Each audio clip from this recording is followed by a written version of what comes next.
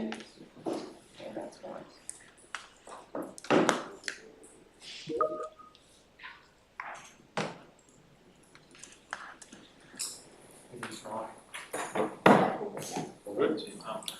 Well, good morning, everyone. Thank you for attending the Ordinary Council meeting on this wet day in Bowen today. I declare the Ordinary meeting of 29 May 2024 open at 9 a.m. I advise members of the public this meeting is being live streamed in accordance with Council standing orders.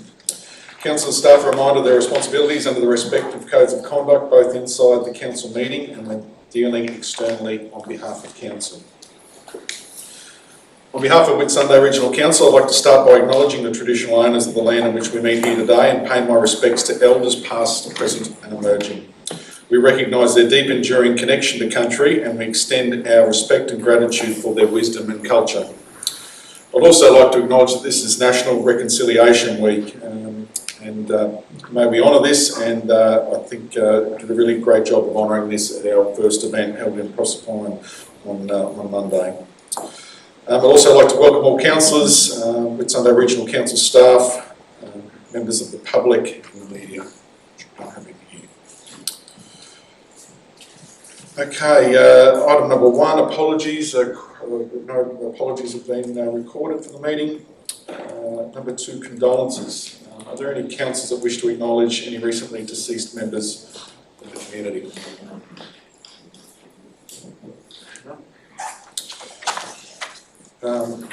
On behalf of Whitsunday Regional Council, we would like to acknowledge and pay our respects to the recently departed Whitsunday's region and offer our sincere condolences to their families and loved ones. Can I ask you all to stand for a minute of silence?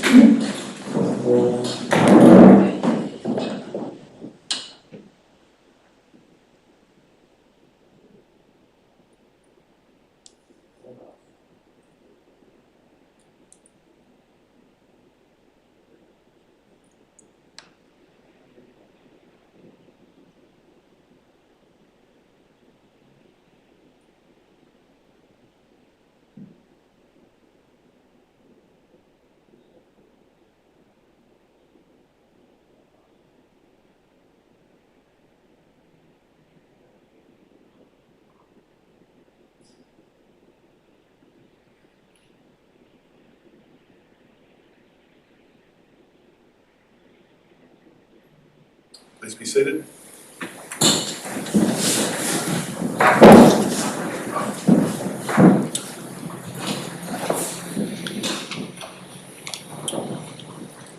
Okay, I'd just like to note there is a late confidential item been added to the agenda. Request for assistance Whitsunday Sports Park has been added to the agenda and will be addressed under the confidential session. Okay, moving on to item number three, confirmation of minutes.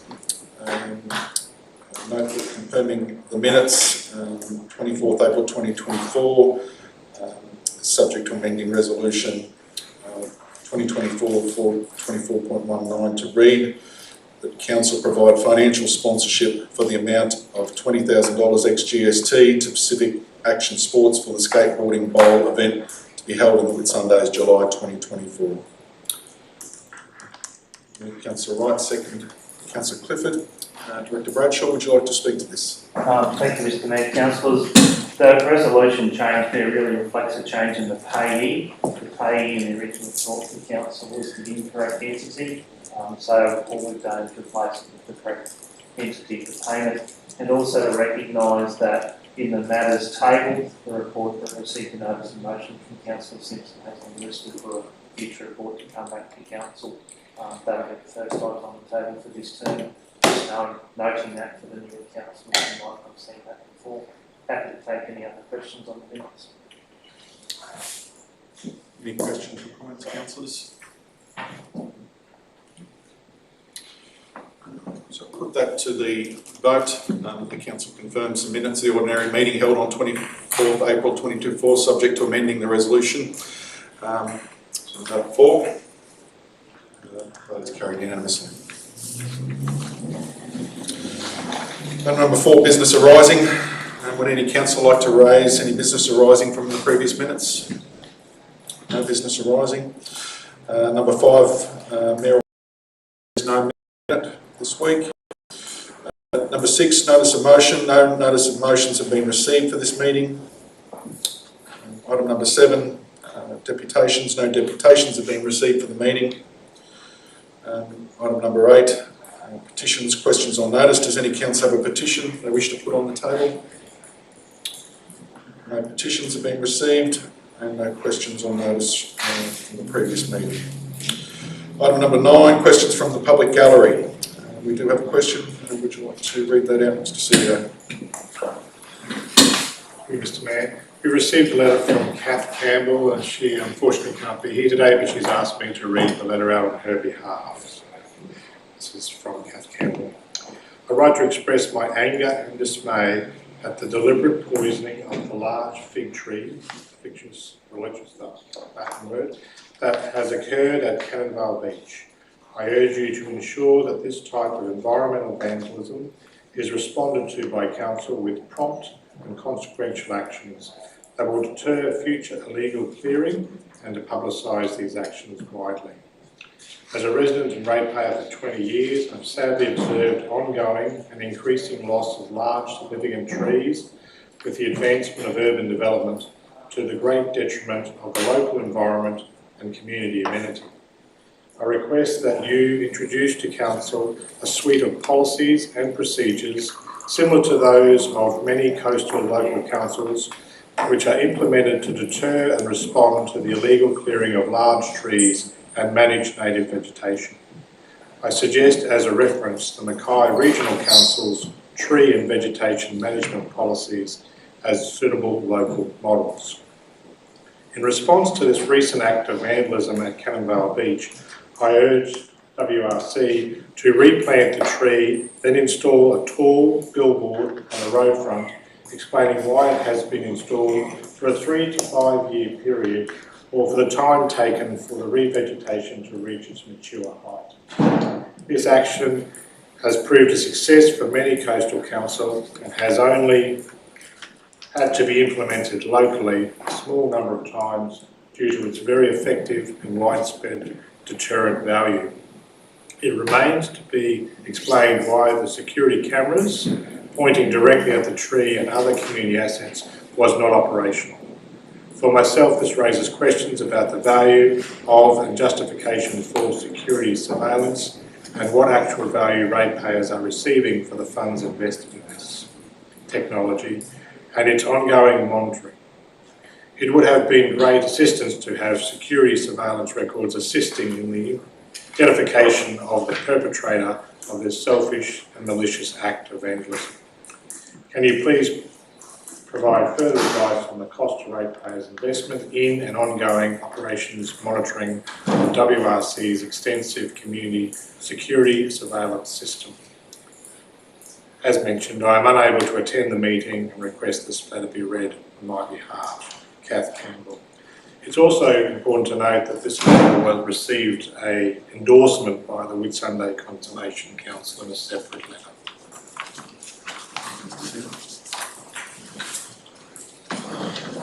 Okay. Moving to item 10, committee reports. 10.1 is the Audit and Risk Committee meeting minutes, 7th of May 2024. I move from Councillor Clifford.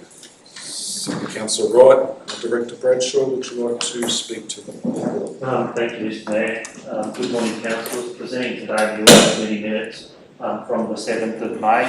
A couple of key items I wish to highlight for council. The first one being the receipt of the Shell statements. That's the preliminary step in us formalising our annual financial statements.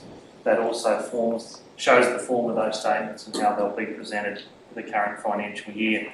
The second report of note was around evaluations and the revaluation of significant asset classes within council, which has seen a significant rise in the value of particularly transport and water and sewer assets. That has some flow-on impacts in relation to the depreciation expense that the council has been discussing and dealing with as part of the development of the 24-25 budget.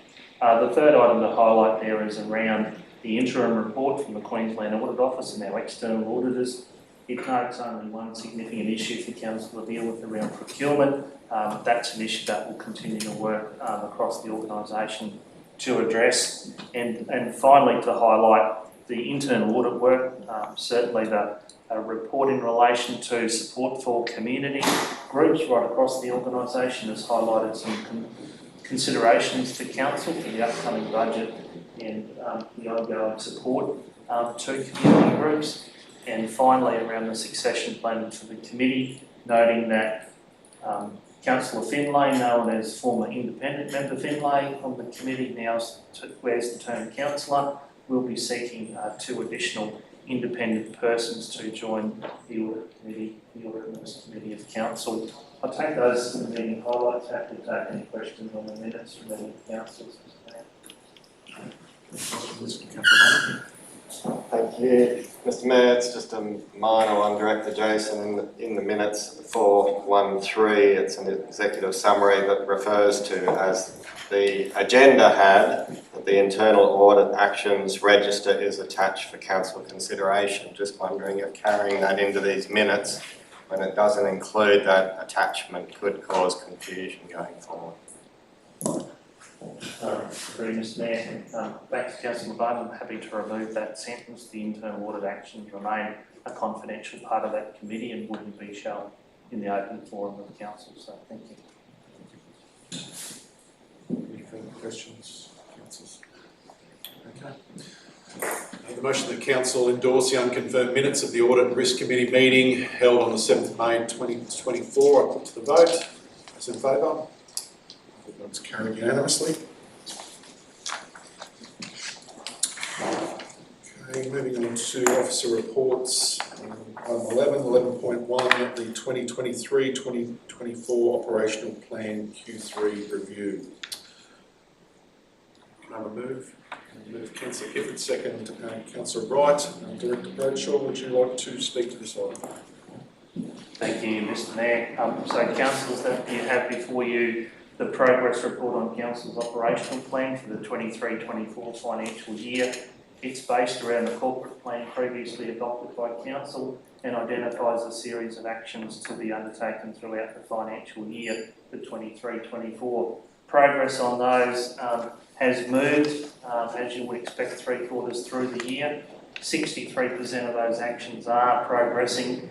22% have been completed, and there are 15% or 6 actions currently on hold due to a whole range of circumstances. Highlights have been presented in the first part of that report, and some photographic evidence is provided to represent those highlights. The table at the back shows the detail of the individual actions that have been progressed by officers across council. I won't read to those in any detail. They're happy to take individual questions that councillors may have on anything in those tables, as I'm sure the other directors will do as well. Any questions or comments, councillors? Thank you, Mr. Mayor. Just first, probably to Director Gary, I'm glad to see the road, footpath and curb condition assessments have come through. Just wondering if they've gone into the GIS. Previously, we've been given reports on the roads. We just didn't have the footpath network available at that time. I'm just wondering if that information is on the GIS and available for us to get a similar thing just as we work forward on our missing link footpaths funding allocation. Through you, Mr. Mayor, I'll take that one rather than Director of Infrastructure. So the intent is to load that information into the geographic information system. Currently at the moment we're doing a reconciliation activity, and as part of the adoption of those revaluations, part of the process is bringing the data into council system. So we are in the process of doing that now. It does take a period of time, but certainly over the next couple of months you should be able to see that information being presented within those geographic information system outlets. Whether that's publicly visible at this point in time will depend on the speed at which we can get it in there and us being able to reconcile a range of issues associated with what's in the current layers of the geographic information system. It's also dependent upon the condition information of that valuation getting loaded in as well. So there are steps in the process that we follow there, and it is on the schedule of work to be done. I just can't give you an exact time frame. Thank you, Mr. Mayor. Thank you. And just onto the local government infrastructure plan. I think it was in my first ever council meeting. I see it's gone through the state. They might have found a few of the similar issues I had with it, but I'm just wondering, in this delay and the work that we've done with the stormwater management plan and asset recognition, is there an opportunity in this redrafting for us actually to get the stormwater included as part of the LGIP, or would that be a future amendment? Thanks, Councillor Brown. Through Mr. Mayor, it's probably a little bit premature to expect the stormwater to go in. We are investigating the entire stormwater catchment system. What will come out of that is a period of works that need to be carried out, and that will need to be evaluated as far as the impact that it will have on the rest of the LGIP. We are reviewing the comments from the state government that we received in response to the LGIP going in, so they'll be reported to council in the next month or two as an update and to determine the way forward. Any further? Okay. I'd like to motion that council receive the operational plan 2023-2024 quarter 3 progress report for the period to 31 March 2024. I put to the vote. Those in favour? The motion is carried unanimously. Okay, moving on to 11.2, development application for preliminary approval and development application for reconfiguration of a lot on Strathdicky Road or Strathdicky.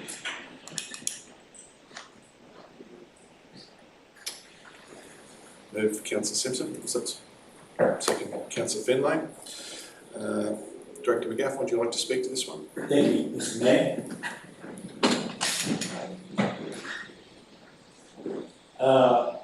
As you can see on the agenda, the address, Strathdicky Road, the land is in a rural zone.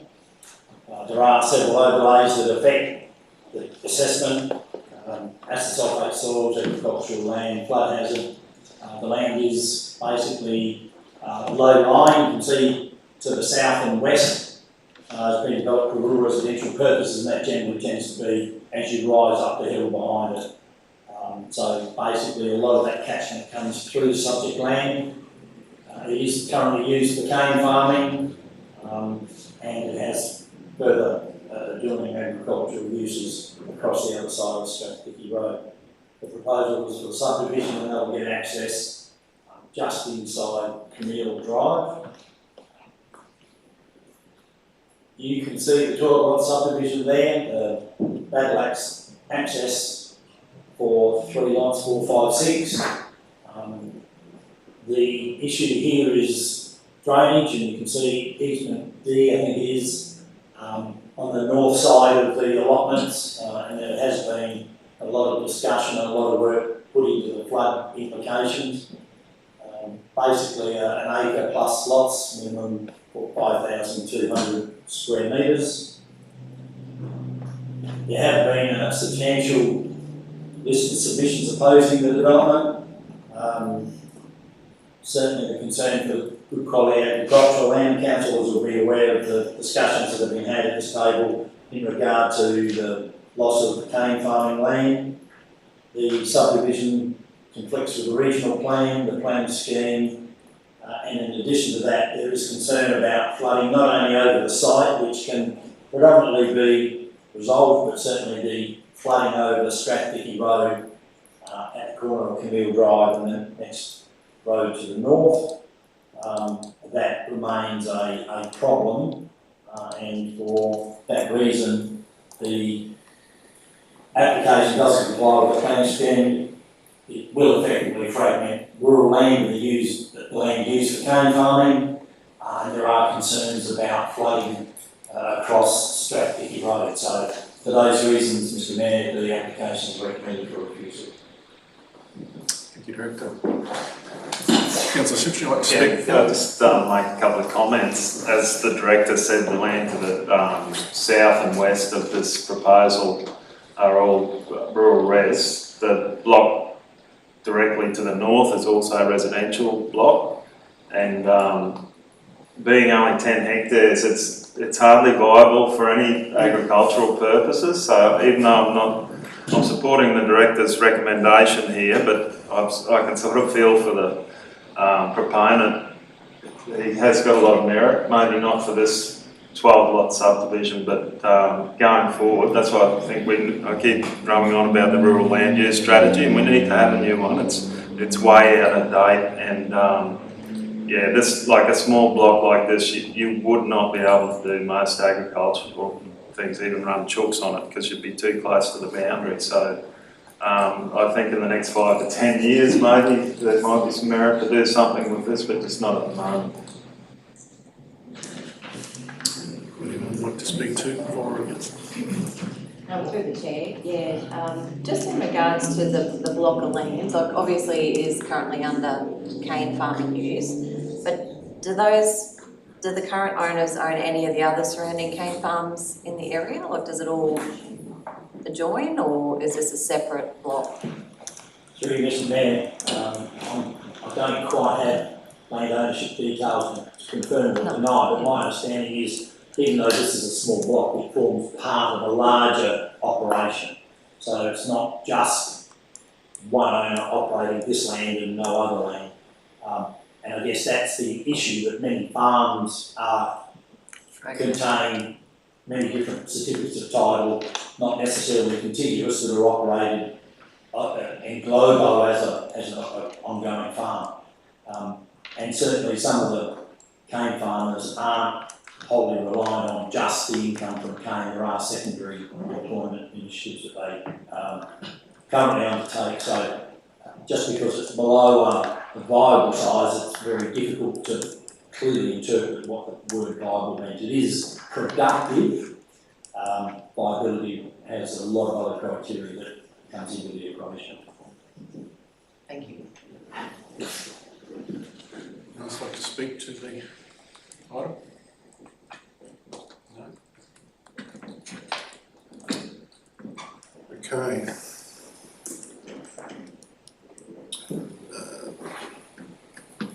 So the motion that council refuse the application for a preliminary approval to bear one here. Just pull that down for me. Thank you. The council refused the application for a preliminary approval to vary the Whitsunday council planning scheme and development permit reconfiguration for a lot, one lot into 12 lots and access easement located at Strathdickey Road, Strathdickey. Put to the vote. Those in favour? The vote is carried unanimously.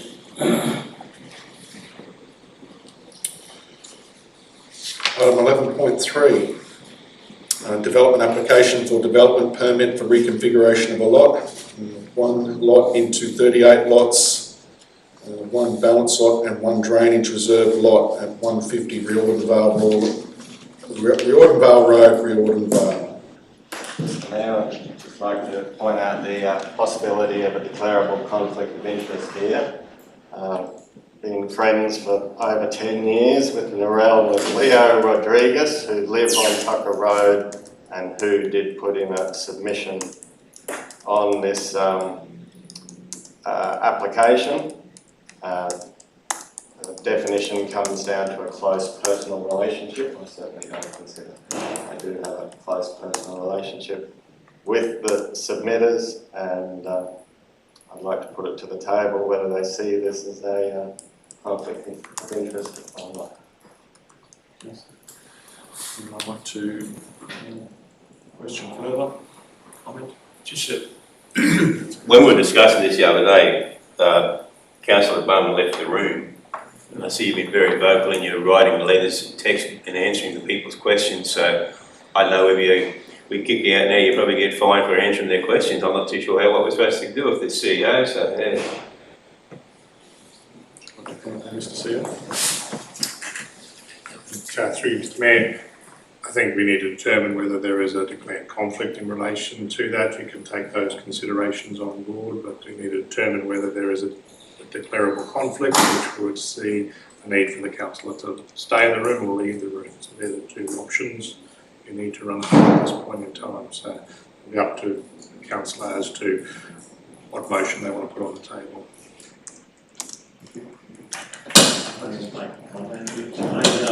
Yeah, like being a small community, like we've all got close relationships with people all around the area, and I don't know, Councillor Bowman, if how close a relationship you'd say. I've got numerous friends that pop up in the minutes from time to time, but you know, if you feel you've got a close relationship with these people and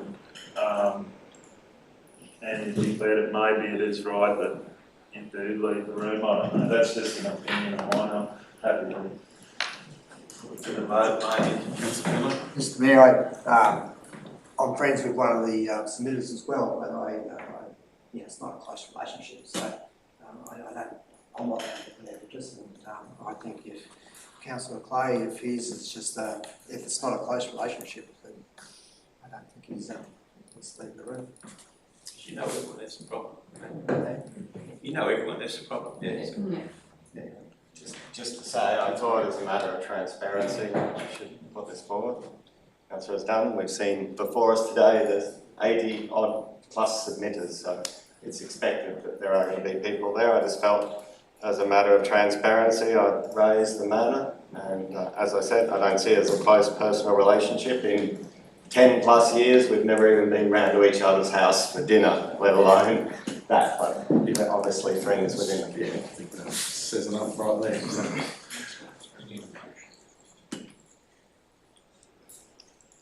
Okay, so I need a motion to... Yeah, I was going to say that, Mr Mayor, you need a motion to allow Councillor Bowman to participate or not. Another move, Councillor Simpson, second Councillor Wright, to participate.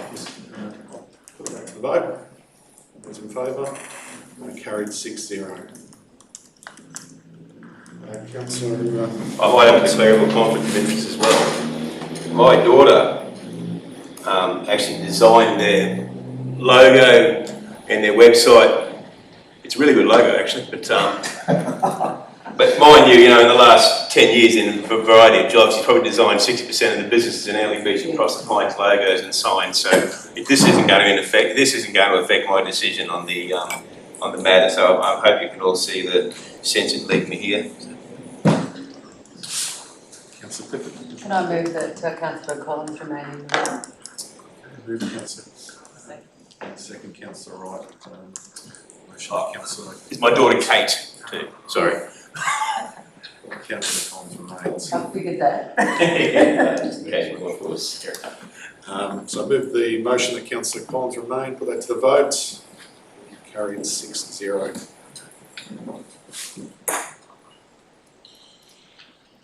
Okay, back to the item at hand. So I'll just read the item again.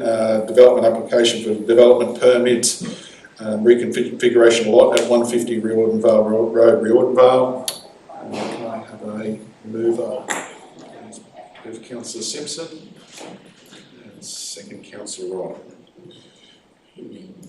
Neil, would you like to direct to speak to the item? Thank you, Mr Mayor. Council will be well aware of this, given the frequency of messages and emails that have been going in between residents and council and whatnot.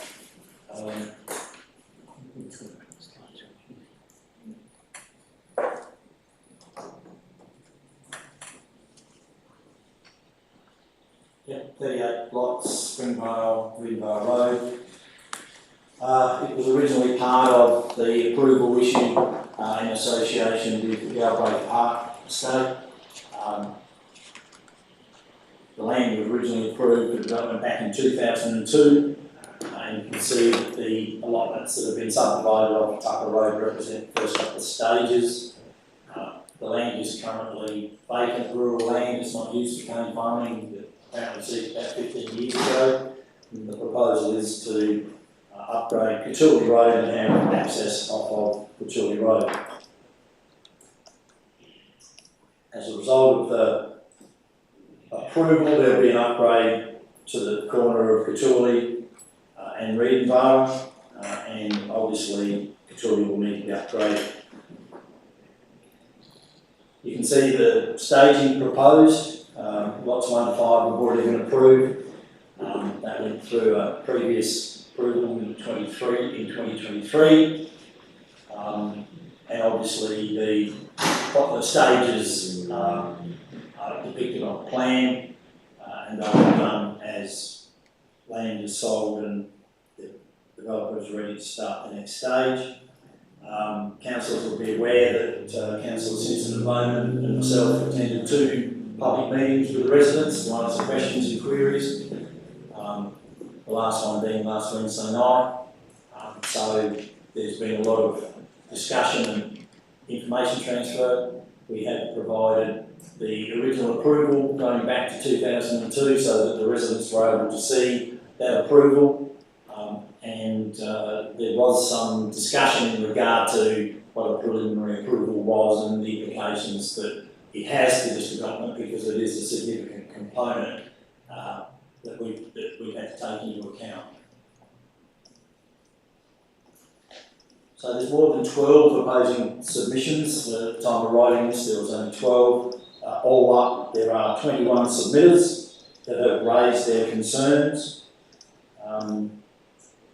Part of that has been in regard to notification of the application. The notification was quite some time ago. The sign was installed on the land. It was taken down for 24 hours because of the expectation of Cyclone Kirrily when that came along. It was put up the next day, and I have to say that there doesn't appear to be any shortage of awareness either of adjoining owners or of the general community about the subdivision. So there doesn't seem to be any compromise that has been impacted by that sign being removed for a day.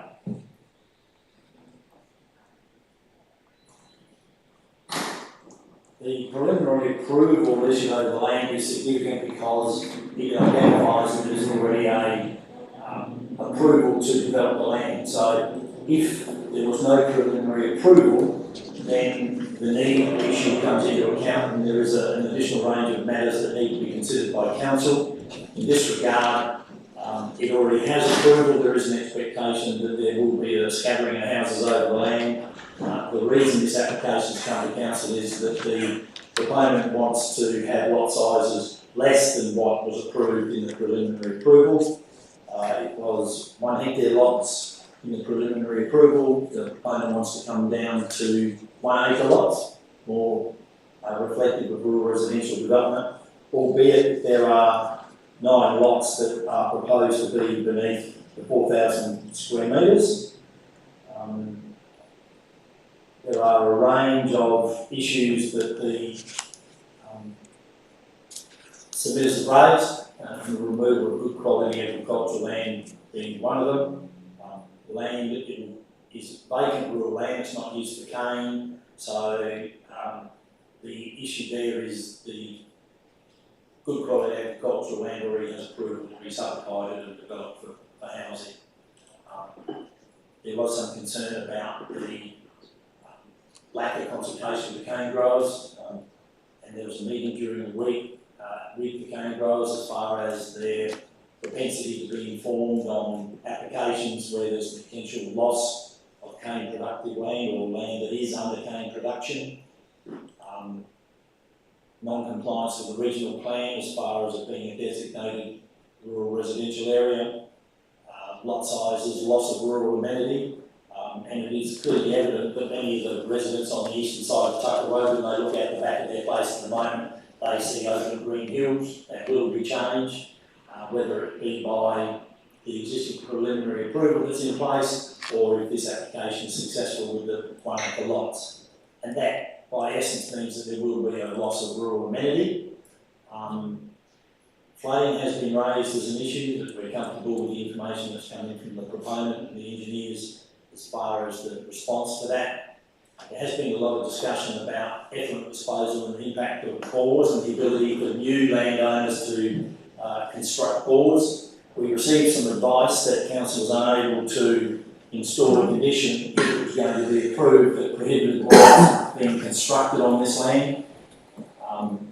And that's mainly because council doesn't administer that act, it's through the Department of Resources, who already have their own limitations about where you can and can't have bores, and that will be severely impacted by the small lots.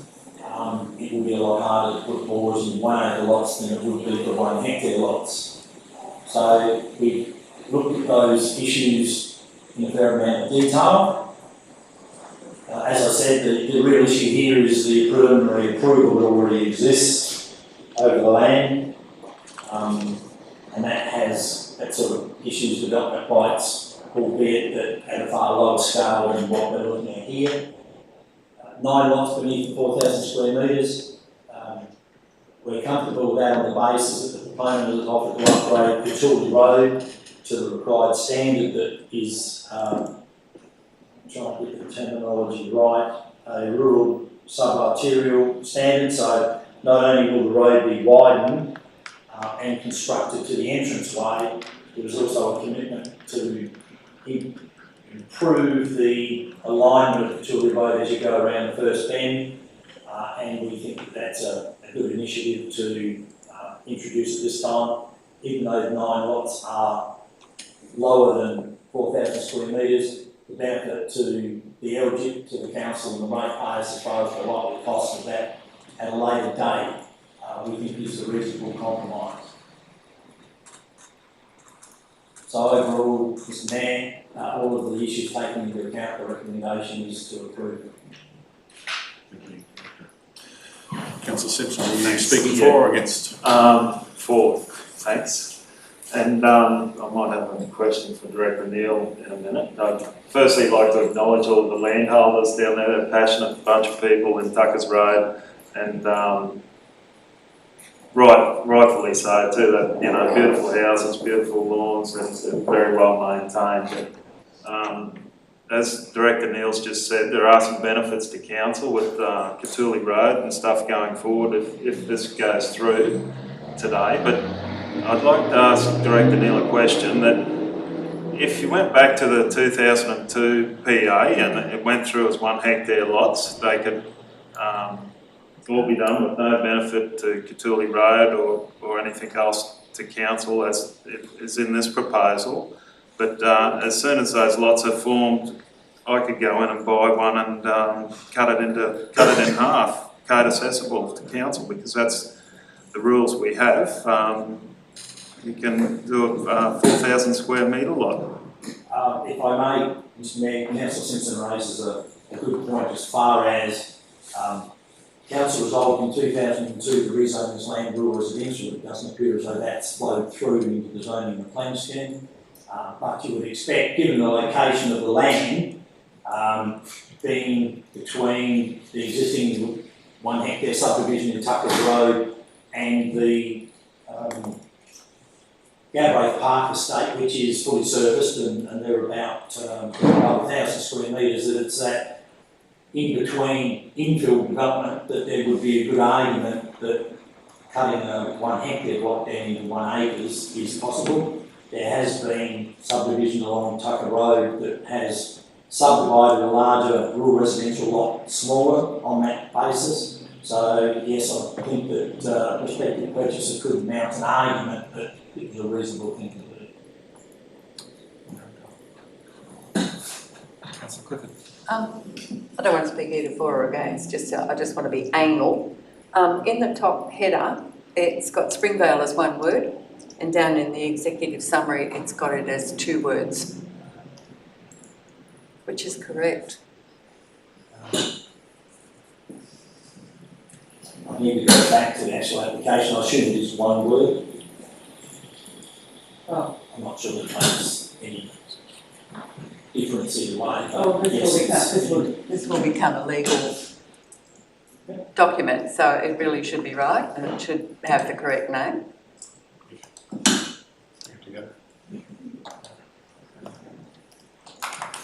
Councillor Finlay. Through Mr. Mayor, to Director Neil. So Neil, as you said, we've had a lot of inquiries and emails probably since the report's been written. Are you happy that you know, all those submissions that have been put since then basically are still covering the ones that have already been put in, and we don't need to take into consideration any new elements of those submissions into the report? Sure. Thanks, Councillor. Through you, Mr. Mayor. Yes, I think the recent submissions have been complementary, the same as the early ones. There's no new submissions that have jumped out at us that we hadn't thought of or the proponent hadn't identified. It is a recognition that the community are well informed and we provide as much information as we could, but we are comfortable that we have addressed the issue. Councillor Wright. Thank you. Through the Mayor, yeah, just a question. So say we do knock this on the head today, it is refused. Seeing that we do have preliminary approval already, where would we stand if it does go to the Planning and Environment Court? Through Mr. Mayor, Councillor Wright, the Planning and Environment Court will take into account that there already is a development entitlement over the land. I would have thought that they would give it a reasonable amount of weight. I can't give a clear indication about how much weight that would be, but yes, that is something that we put a fair amount of weight on in our considerations, so I would be confident that the court would as well. Okay. I would say that if this is refused and we go to court, the proponent can still activate the 2002 preliminary approval. Thank you. Yeah, thanks, Mr. Mayor. Just a more technical question, and maybe I'll end you or Neil. Just regarding the effluent disposal systems, who regulates that and who approves it? Thank you, Councillor Finlay. Through you, Mr. Mayor, it basically comes in as a report and it's assessed particularly by our plumbing section because they deal with the effluent disposal on the site. If there are any concerns, we will certainly talk to either infrastructure or the natural resource component of the organisation. There have been 2 reports that have come in on that. One because the original plan that came in had small lots, and when those lots went larger, there was more information that came in. So we're comfortable that there is sufficient area available on each lot for a house, a shed, and a swimming pool maybe, and effluent disposal above the any flood line. I should say that we've discussed that at length and we've gone back and double checked on the basis that many of the residents were concerned that there was a clay layer 300-400 under the topsoil, and they were concerned that that might act as an aquifer and therefore impact the drainage lines around the area. So that didn't, our staff didn't raise that as an issue. They were comfortable that the report that is submitted will reveal that effluent can be disposed of on the site without any outside contamination. Thank you. Councillor Bono. Thank you. Speaking for or against, Councillor? I'm speaking for. Just to clarify, I looked at the very nice logo on the application. It does have Springvale at 2 words, so the correction that's been made in the motion seems appropriate.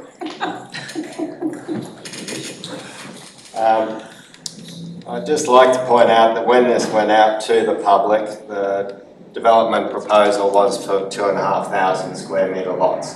So I feel that the proponents have taken that on board and come back closer to the larger lots. It does reduce the density there. For me, another 20 years down the road when I drive past unserviced 1 acre lots a few minutes away from Woolworths, I'll probably wonder what happened with our planning and infrastructure rollout, but I expect though it'll be a nice little niche, as is Galbraith Park and Tucker Road. Also, like to say that Tucker Road is already rural residential, so those lots can be subdivided into 4,000 square metres. The people could end up living next to a 1 acre lot. The general concerns I saw was about contamination. and I feel that is covered. It's not private certifiers, it's still within council over each housing development as it goes forward. My one issue really is about the road network through there. The benefit to the public is about Cootuli Road, and we know from this example what we say in this room can have connotations 20 years down the road. The growth study as we have it now has going through there as a sub-arterial, not a rural sub-arterial. I'm just wondering how that works for us in the long run. And then, as I've raised with the director before, you'll notice the other side of the road of Whitsunday Green has a small truncation which would allow a smooth corner around there. I would just propose amending condition 1.7 to include a 100-metre truncation on that corner, so the person who buys lot 6 knows where the boundaries are, that we have the space, 20, 40 years down the track when we're saying 9,000 vehicles will be travelling down Cootuli Road, but we do have the available land there to make any changes and not go to that person that's bought lot 6 and then be saying we need to cut this corner off. Thanks, Director. Thank you, Mr. Mayor. Councillor Bowman, look, it's an interesting point. The plan that has been submitted was submitted by the proponent on the basis that they wanted to see what the subdivision might look like with the roundabout. What they didn't do was also look at what the intersection might look like with a T intersection, which would give priority to Redenvale straight into Cootuli. The plan was prepared by an engineer. We haven't looked at it as far as we didn't think it was necessary. What we did look at, and I spoke with Director Gary, the location of that roundabout was pushed very much to the west and had a significant area that you could have pushed it back to the east. So that's one of the reasons why we didn't look at it. I do think that the priority will be Redenvale Road into Cootuli, and the intersection is likely to be a T intersection, and that will require less land than a roundabout. The truncation is evident when you look at the plan that has been submitted by the proponent. I did speak to Director Gary as far as the likely impact of a T intersection that wouldn't require the same truncation. I would have thought that 100 metres is too far for a truncation. There is possibility later on to come back for compulsory acquisition if we need to. At this stage, we don't think that will be necessary, acknowledging that the proponent is widening the road reserve. And I acknowledge your email about the inconsistency in the words on the plan. It said one road reserve was to be closed and transferred across. That is an error as far as the agreement is to have some of the land put into road reserve, and that will be about a 38, 40 metre wide road reserve. The idea is not to then give up road reserve and give to the adjoining owner, so that isn't in the equation. So on the basis that we get a very wide road reserve in Cootuli Road, that the intersection could cope with a roundabout, albeit we may need to take land from Whitsunday Green when we are better aware of the traffic volumes that will flow from development there. But the likelihood is it will be a T intersection, in which case the truncation won't be necessary. Quick follow on with that. Thanks. I would just say a T intersection is a possibility, a roundabout is a possibility, but as is with our growth study, if the main road becomes Reordenvale into Cootuli, you will need an arc corner. We've already found the truncation over Whitsunday Green is not enough to carry the current Reordenvale Road. 100 square metres is less than 15 metre truncation each side, and will give us the ability to create a corner in a T intersection that's less than 15 metre distance truncation to 100 square metre truncation. I don't know, for me, we're trying to plan for the future. Does it affect a block over 3,600 square metres, or does it become an issue for council in that future planning to go to that lot and perhaps need that area? Through you, Mr. Mayor. Look, the truncation, I don't have any dramas if the truncation means the lot comes to less than 4,000 square metres, because it's not going to be a significant area.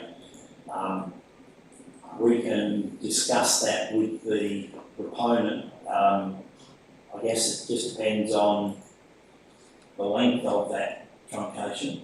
I thought Councillor Lumley indicated 100 metre truncation, which I thought was exorbitant. 100 square metres. 100 square metres. Look, The wording of 1.7 does say necessary road reserve, so. yeah. Happy to discuss that with the proponent, and given that I would say that it won't impact on the approval or non-approval of the size of that lot, there's probably room to discuss that with the proponent, Mr. Mayor. Thank you. Last comment. Just going back to the rural sub-collector and the sub-arterial, just if we are getting this upgrade now to 8 metre seal, but you know, how far in the future? I expect our growth study is outside of our 15-year LGIP plan, but our growth study has that as a sub-arterial rather than a rural sub-arterial, which is a different road hierarchy. So while we're getting the benefit of this wider road, how longer term benefit is that upgrade for us?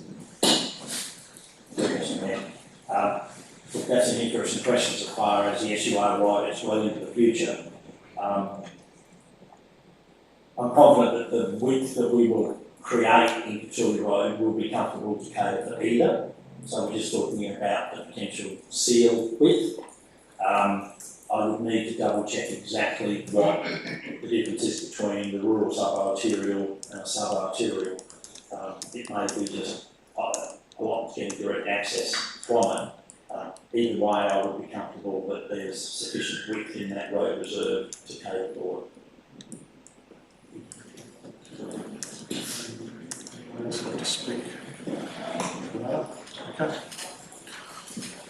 Okay, the motion that council approve the development application for development permit reconfiguration of the lot made by Springvale Development Proprietary Limited at 150 Vale Road. I put to the vote. Those in favour? Motion is carried unanimously.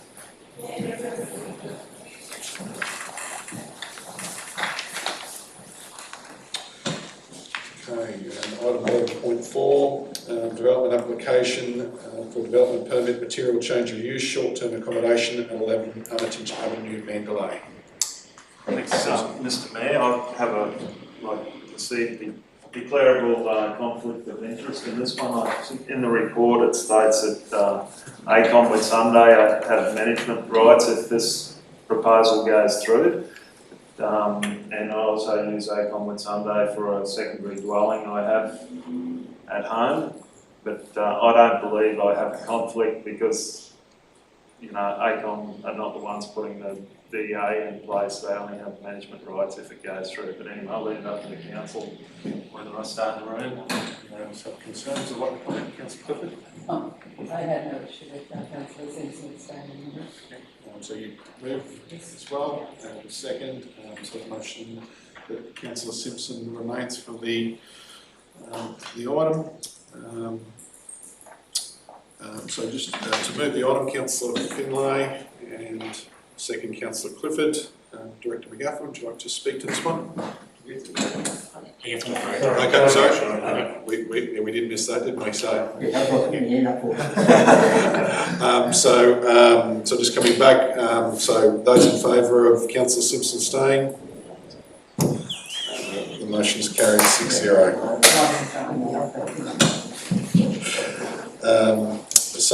Just moving back to the item, so that was moved Councillor Finlay, second Councillor Wright, Director McGuffin, we'll have you speak to the item. Thank you, Mr. Mayor.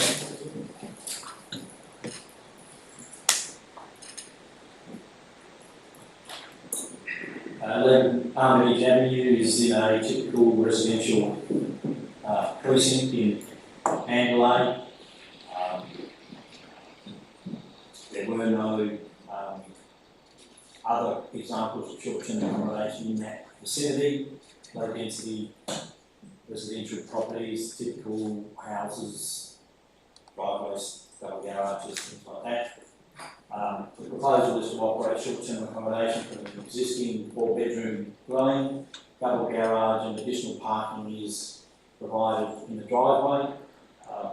It isn't steep, but there is a distinct rise from the road up to the garage that doesn't necessarily make car parking impossible. There's probably not as good as being completely flat, but it's not an issue. For submissions and concerns over road safety, Armitage Avenue is a typical residential street, no different to a lot of other places, so while we acknowledge the road safety concerns, we don't think that there's anything that the proponent needs to do to rectify any concerns. There's the security and nuisance concerns that councillors will be aware are often those concerns raised by submitters when a short-term accommodation premises is proposed. Certainly the preference to keep short-term accommodation in Ellie Beach. Impact on residential character, property value concerns, and just concerns about the operation of the premises, particularly with amenity noise and car parks and things like that. Our response is that there are sufficient car parks available either undercover or in the driveway. The vehicle issues aren't a matter that needs further attention. Consistent with the plan scheme, the proponent has lodged all the requirements to comply with the short-term accommodation guidelines. So on balance, the proposal is recommended for approval. Thank you, Director. Anyone like to speak to the matter? Councillor Bowman speaking against. Against, thank you. I think this is another instance of seeing a residential suburb having a short-term accommodation taking over a residential house. I look to the submissions and I see one of them specifically mentioned how this could change the environment of their cul-de-sac, that it's a close-knit community and they really feel having this short-term accommodation in there not only creates safety issues but really affects the whole residential character. Part of our low-density residential development code specifically states that the zone and development within it promotes a sense of character and community inclusion. It also says that the development in there takes place in a planned, orderly manner that promotes certainty and maintains a high level of residential amenity for existing residents. I continue to find it difficult to say to these people that have invested in our region, settle down, growing their families, that they get no certainty except to the fact that a short-term accommodation, commercial operation can pop up right next door. I won't be supporting it. Councillor Wright. Councillor Wright. Thank you, through the chair. Councillor Bowman, I do understand and I do feel for these families that live in this area. However, we have tested these before. You know, like I didn't agree with them either, but since we've sort of got the local law come in, yeah, I'm more confident that they will be scrutinised a little bit better than what they were.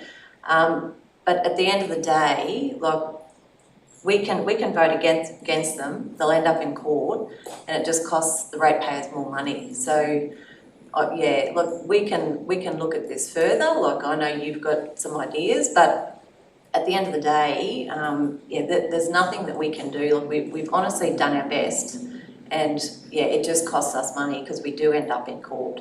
So I can't keep doing that. You've got to take that into consideration as well.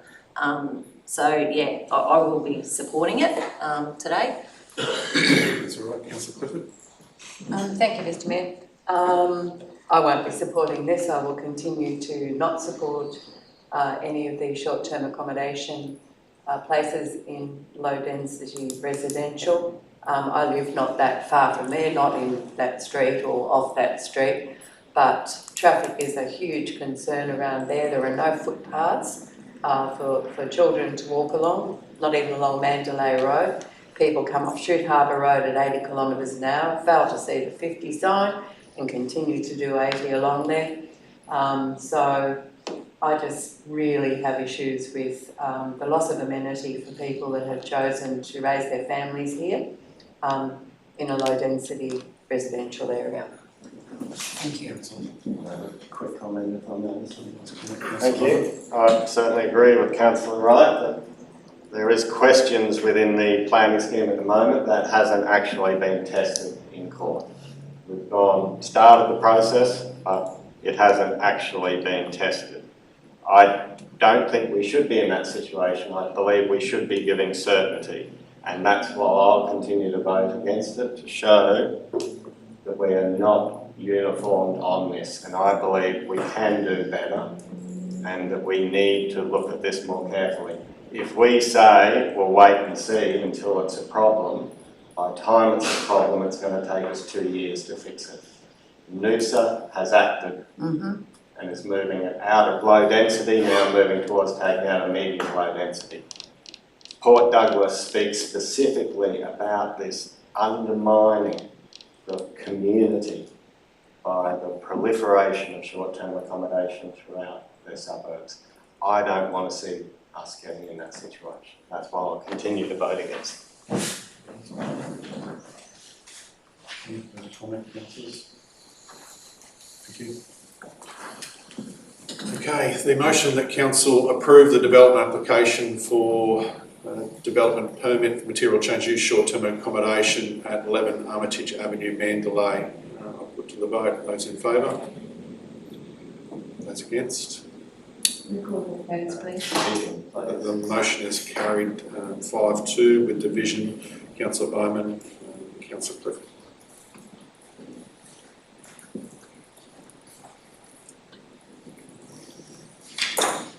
Okay, next item 11.5, development application for development permit and material change of use at 3 Jessie's Way, Cannonbale. Move Councillor Collins, second Councillor Wright. Dr McGaffin, would you like to? Thank you, Mr Mayor. Very similar to the last application.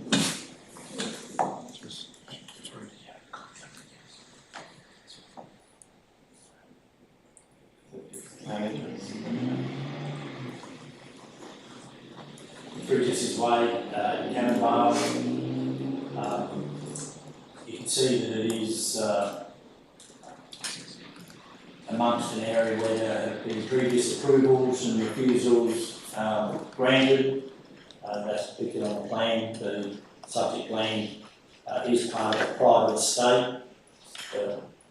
Lot 1 shown on the plan is currently vacant. The existing house is a large 3-storey premises with 6 bedrooms. The owner has agreed to block off 2 of those to comply with their requirement to be no more than 4. There is parking under cover in the existing dwelling for 4 vehicles. The existing house is not set back sufficiently from the internal roadway to allow car parking in front of the access to the driveway. So the house is only about 3 metres from the curb channel, which is fine if it's the private estate. There are a set of gates to go through.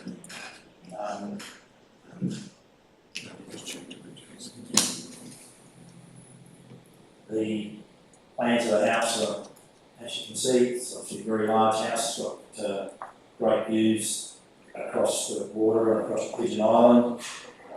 We received 4 submissions.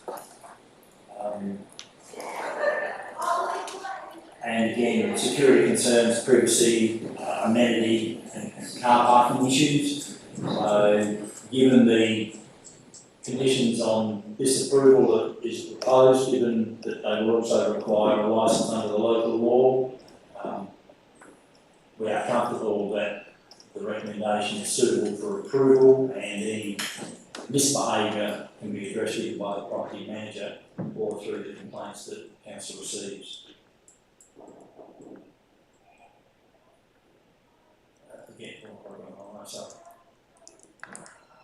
Again, car parking consistent with the planning scheme and the ability to manage the perceived impacts means that on balance the application is recommended for approval. Director. Would like to speak to the floor? Just my comment, if I may.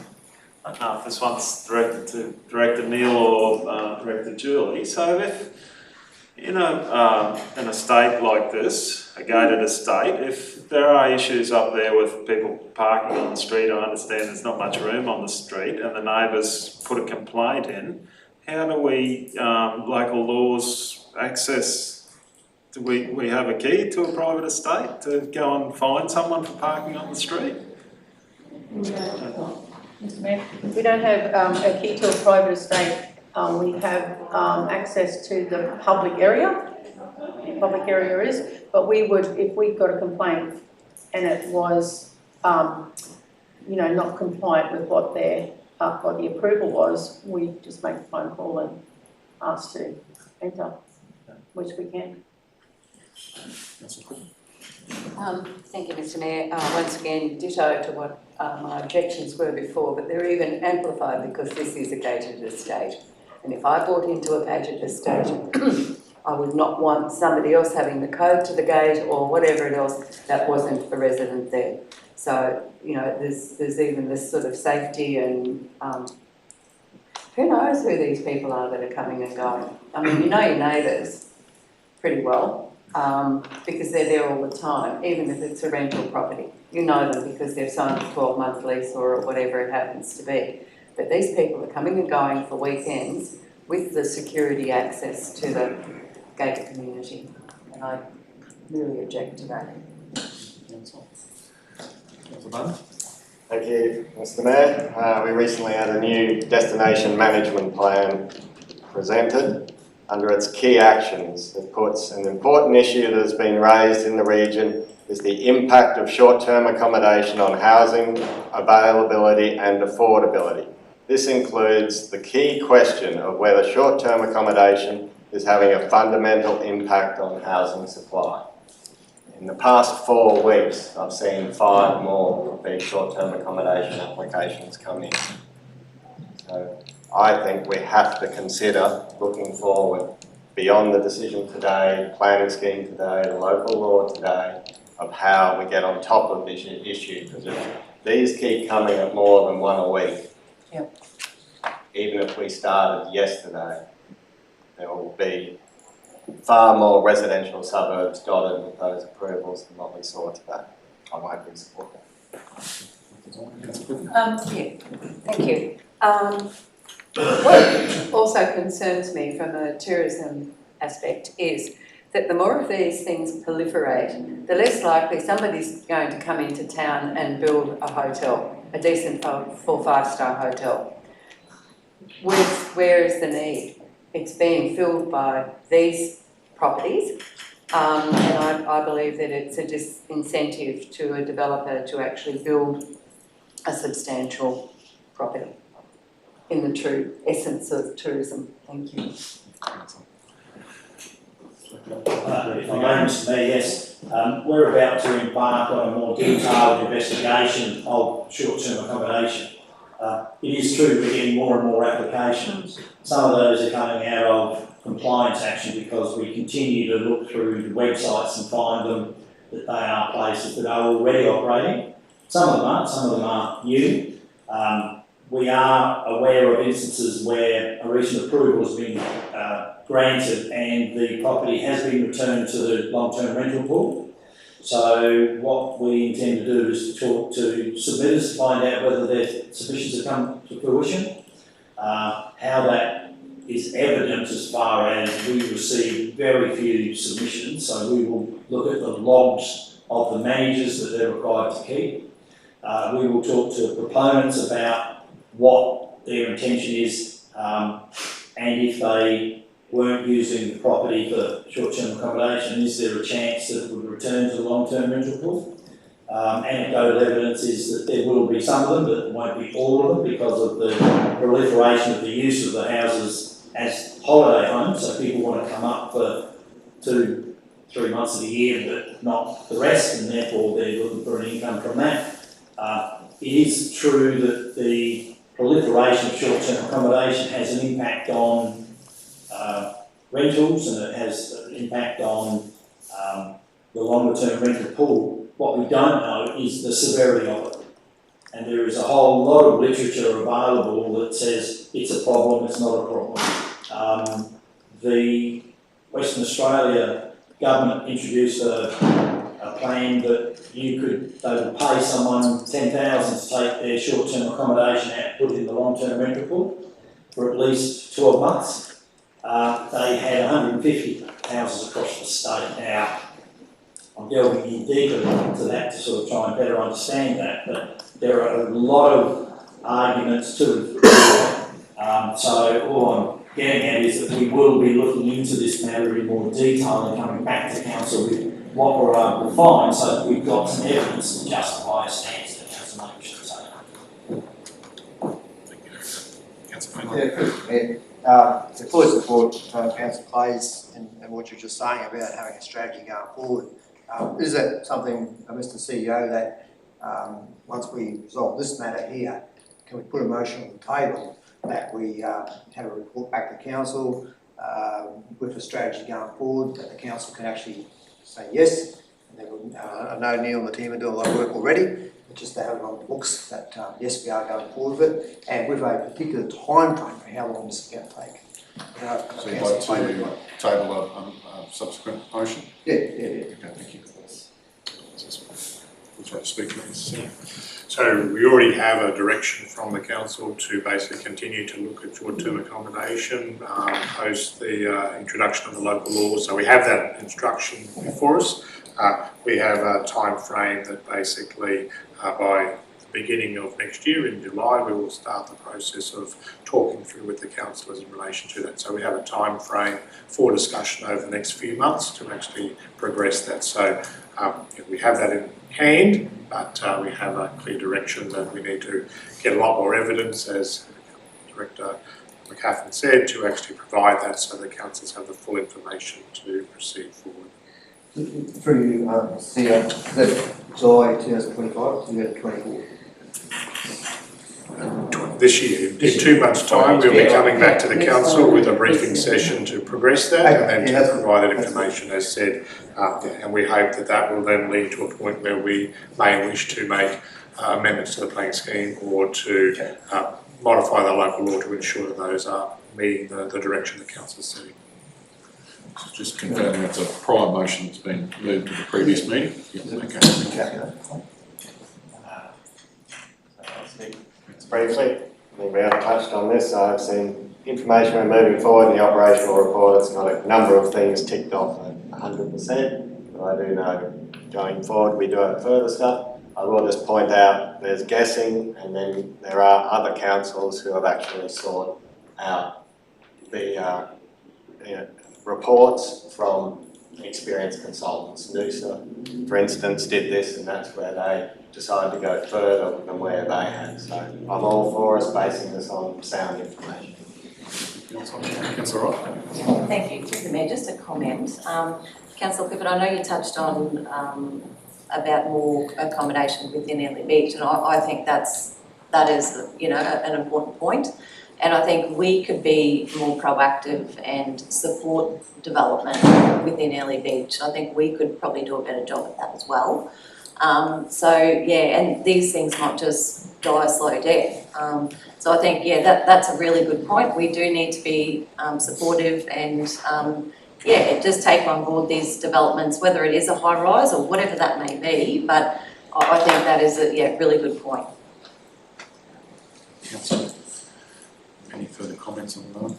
Councillor, last one, thank you. I'm a big supporter of purpose-built tourism accommodation. The heights and form of that obviously vary between us, but the one thing I will say is we are already seeing a reduction in occupancy rates, and there are the overheads that our existing accommodation businesses have. Numerous compliances, staffing, and then we have a proliferation of short-term accommodations without such overheads. My concern is, rather than getting new ones built, will we keep the financial sustainability of our current ones? That's what I'm trying to support. That's where I'm trying to see far clearer designation of where we do want these, where the investment is sound for the people that want to invest in the region, whether it be in a short-term accommodation dwelling or in a resort hotel. There's nothing further. Motion that council approve the development permit for material change of use, short-term accommodation at 3 Jessie's Way in Cannonvale. I put to the vote. Those in favour? Those opposed? Motion is carried 5-2 with the division, Councillor Bowman and Councillor Clifford.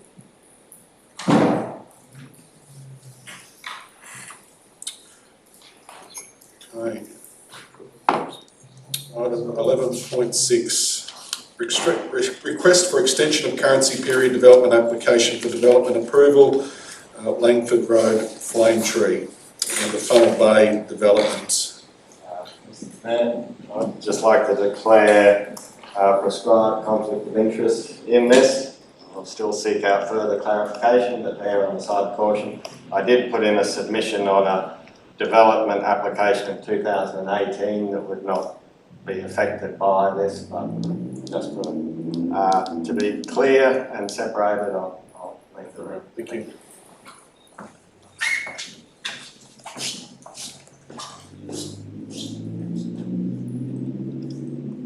Okay, moving forward.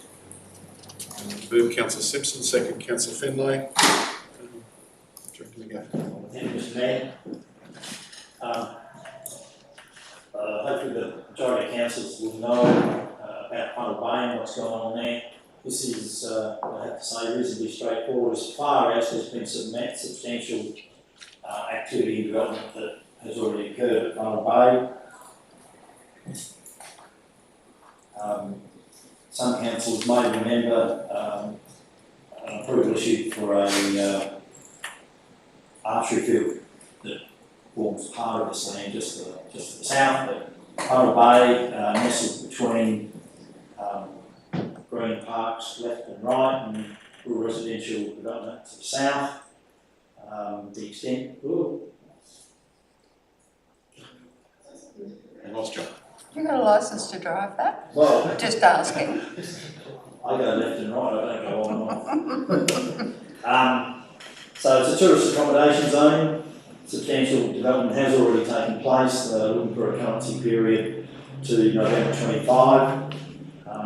We've already issued an extension and the proponent has received extensions from the Minister as far as the COVID period. The council policy said that any more than one delegated extension is to come to council, so that's why it's here, Mr. Mayor.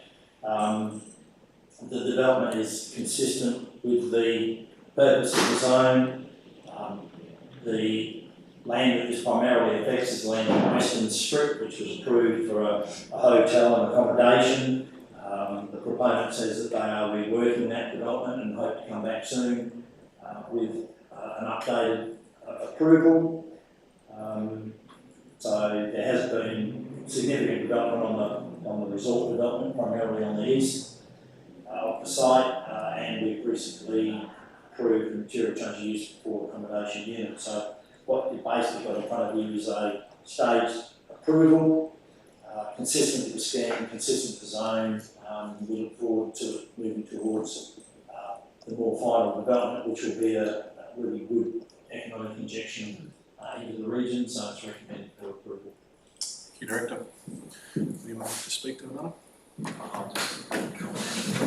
Yeah, I don't think it's unreasonable for the request for an expansion after COVID, and then building costs have gone through the roof in the last couple of years, and supply chain issues. So yeah, I'd be surprised if there's not a lot more of these around the state.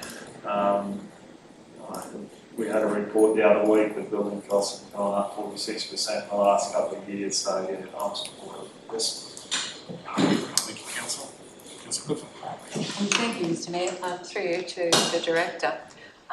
Is there some time frame that they've got to start work if we grant this extension, which I'm in favour of, so don't get me wrong, but you know, it's not next century or the next decade or something. Sorry, Mr Mayor, Councillor Clifford raised an interesting scenario as far as would be great if they already been built, so we have to worry about the extension, but in short, no. We are, fingers crossed, hopeful that the proponent comes in and says, I'm ready to roll, but if he doesn't, we may be back here in November 25 thinking about whether an extension is reasonable or not. It would be good if we could say that they have to start within a certain time, but that's not possible. Why isn't it possible? Why can't we say, we'll give you this extension for, make it 2 years, but in that time you've got to have started work. Otherwise, to me, it's just the same as, you know, it's land banking. So I've got an approval and it makes my property more valuable. Through you, Mr Mayor, look, it would be good if we could do that, but essentially that's not the ambit of the council's responsibilities. There are a lot of things that go into a developer or proponent saying, pushing the trigger and developing. We don't know all of those. There could be a whole range of economic or family circumstances to sit behind this. And if we said you had to start and they don't, I'm not sure what council would really be expecting to do after that. What we are able to say is that your approval lasts for this long. If it's not activated and it expires, then it goes back to the zone that it's in, and they're the provisions that we need to apply to administer it. Okay. Thank you, Director. Any comments on that? Thank you. Okay, motion that Council approve the request of an extension for the currency period of the preliminary approval, material change of use for the Funnel Bay development. I'll put to the vote. Those in favour? Motion is carried 6-0.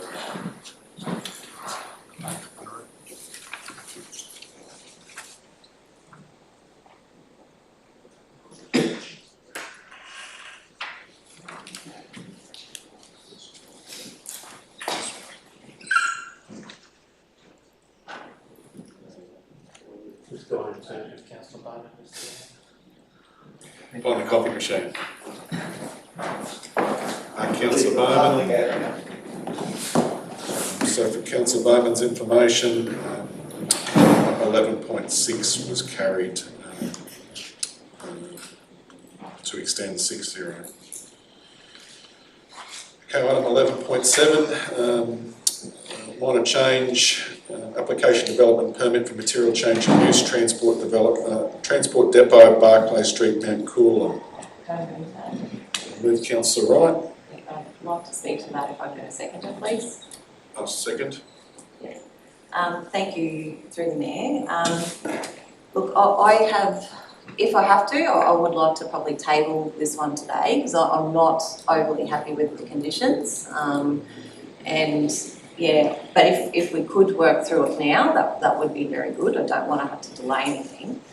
I guess the expectation of an external crossover, a concrete 20-metre crossover in Mount Coolum, considering in the previous term of council, like we had, like the pub operates out there, the servo, we had a TMR work camp, and we also had a pub. The pub also had a workers camp there as well, and we never once expected them to sort of do that.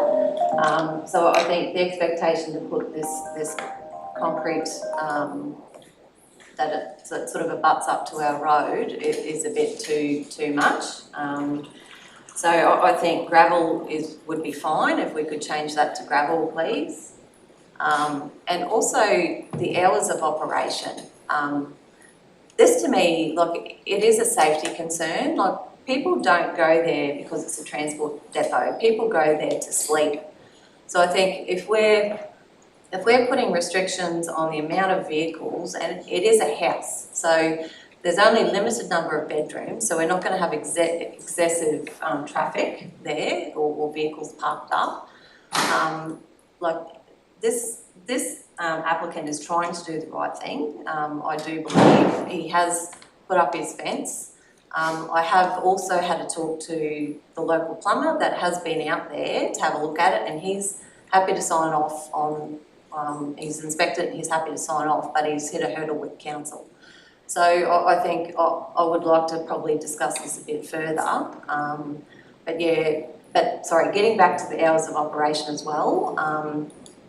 I just think if someone comes in, and like when you go out to these sort of remote places, you're out there to work. So it's what I think it was in the report, it's 126 kilometres back to Collinsville and it's 58 to Ballyando. So I think if there's an option for people to call in, have a sleep, have a shower, refresh and get on with work the next day, that's what we need to be doing. Look, it's not only the local contractors that use this house, it's actually council staff as well.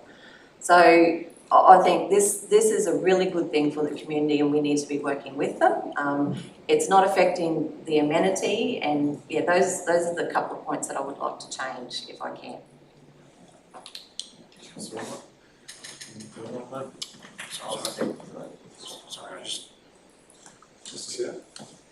can I just try and work out some wording for the change, Neil, as to how that would be changed to reflect what was just outlined?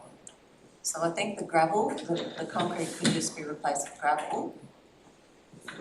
If I may, I understand what Councillor Wright's getting to. I'd be keen to hear from Director Gary as far as the concrete clip down the side of the road was to protect the road. I'm assuming that would be required, but the crossover going into the premises, even though the proponent was happy to do that, I'm just curious as to if I could procrastinate for 3 minutes, we might be ready for smoke and we can look at those conditions during smoke if you would like. I'd speak through it briefly before we go into that, so if we did want to debate a little bit more.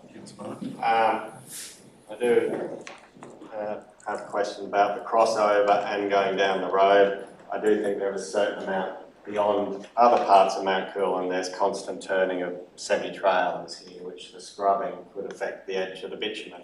I did wonder whether it had to be a 2 metre wide concrete section or whether it could be more of a protected barrier. When it comes to hours of operation, I think for stopping there's a possibility, but we open that up to 24/7, 7 days a week, up to 2 times a week. We were told this place was going to be 4 to 6 months a year. We're now said that's possibility 180 days per year. This says 2 times a week. I'm just wondering if that's 100 times a year or if it's specifically down to 2 times a week.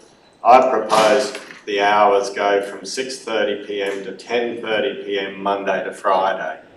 Professional drivers deal with their logbooks and their times all the time.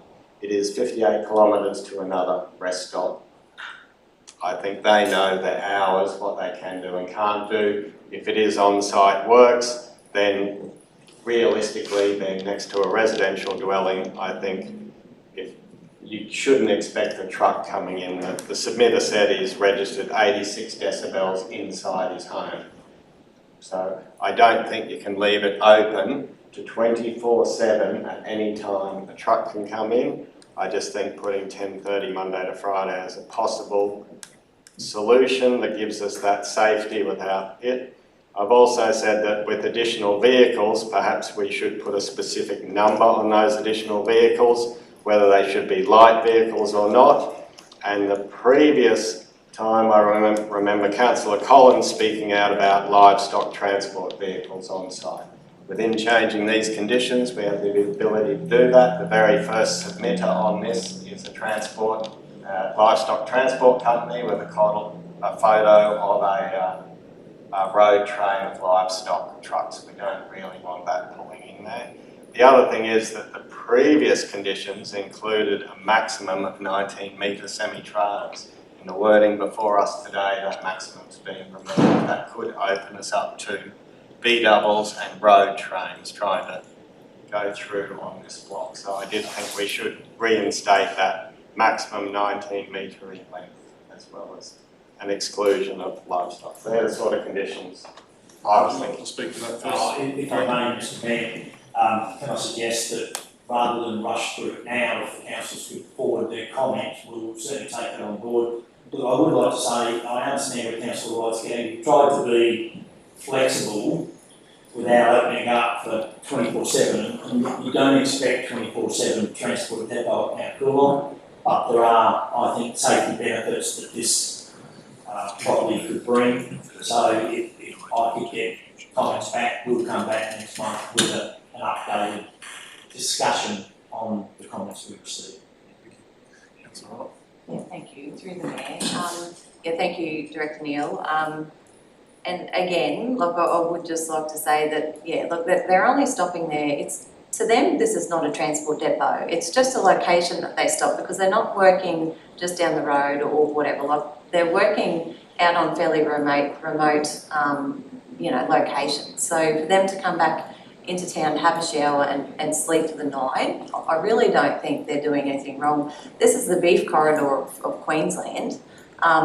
This is, you know, we should be supporting this, I feel. And to put a restriction where they can't work on weekends, but a normal resident home, like after 7 AM, can start up power tools all day.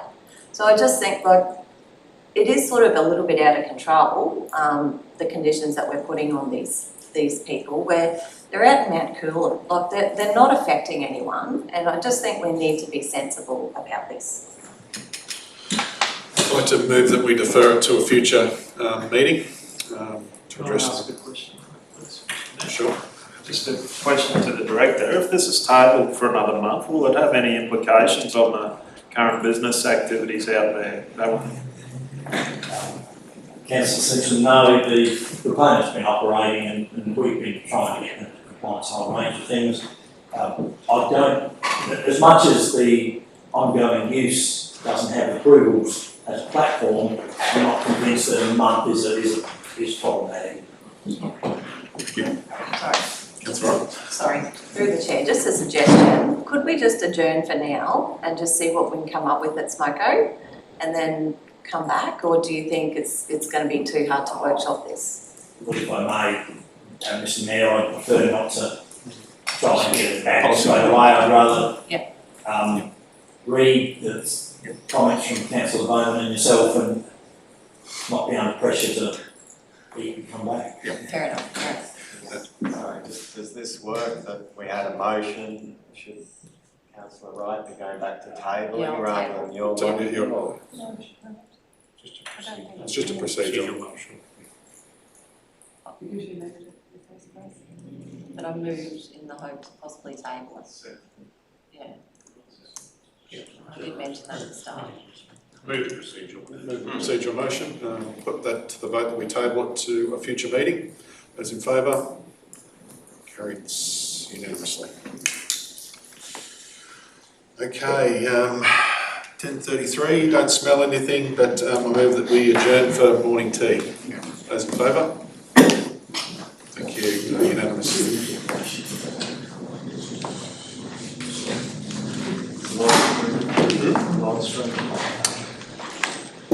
We are.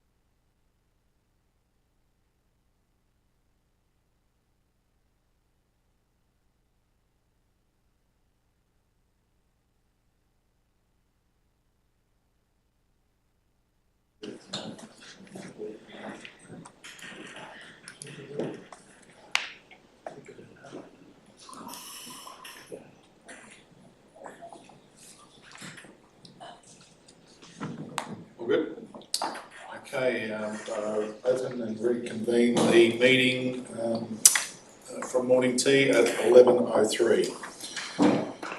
Okay, item 11.8, sport and recreation. I'd like to declare a prescribed conflict of interest.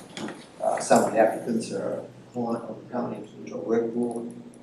The applicants are close associates, and some of the applicants are SPP partners, and I'm the manager of the company. Let's leave the room. Thank you, Councillor Fenway.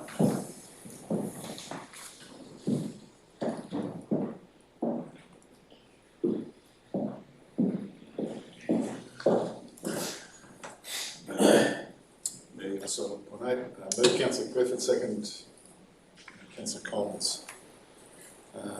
Director Wright, would you like to speak to this one? Thank you, Mr. Mayor. Councillors, this is the month of May's Sport and Rec Club grant applications in accordance with the policy and in accordance with the band level of the number of members in each. Any comments? No? Okay, motion that the council approve the payment of sport and recreation club grants to the recipients listed in the report. I put to the vote. Those in favour? Motion is carried 6-0.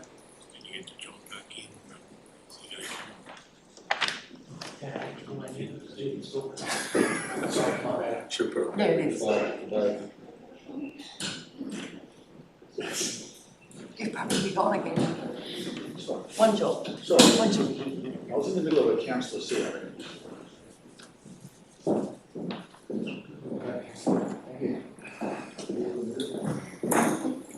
For the council's information, item 11.8 was carried 6-0. Okay, item 11.9. Mr. Mayor. Declare a prescribed conflict of interest. Some of the financial report are also treasurer.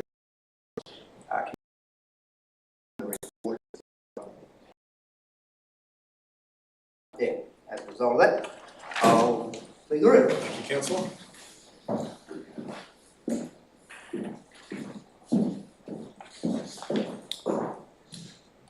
So item 11.9 is special projects grant applications, February to May 2024. Move Councillor Wright, second Councillor Clifford. Director Wright, would you like to speak to this one? Thank you, Mr. Mayor. Councillors, this recommendation is for the special project grants round 3, which is February till May 2024.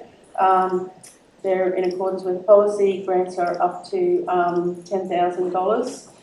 If available, I'll just run through them, Mr. Mayor, for you.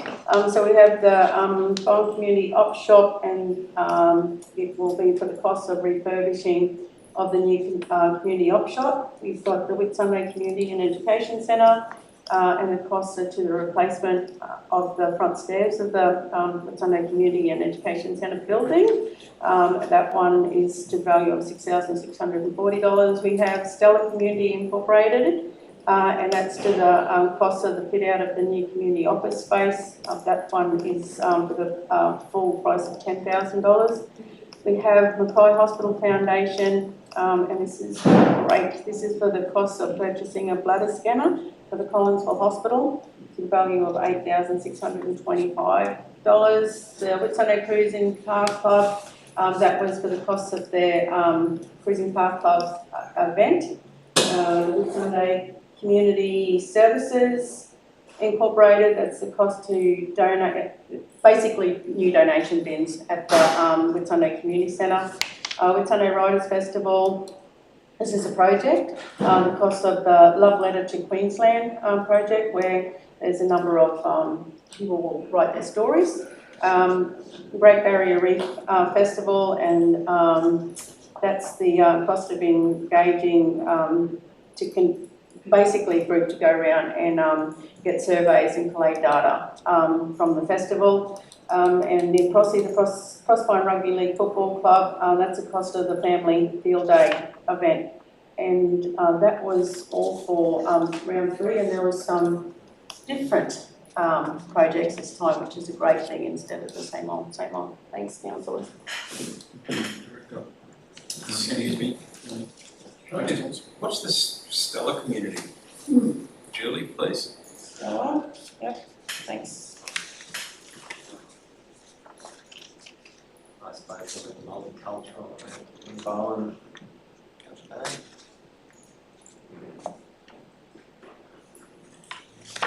So this, what have I got here from the notes from Jackie? It's a community group.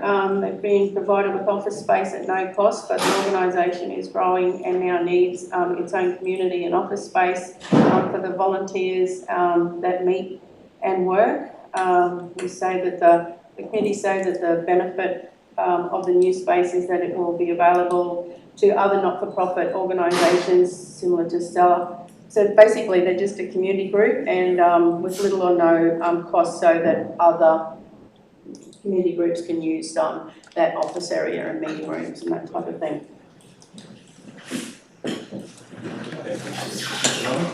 One more question, just to clarify. I think there's a lot of great events in there. One that was pretty good, the rain held off mostly, was the Whitsunday Cruising Car Club. Yeah.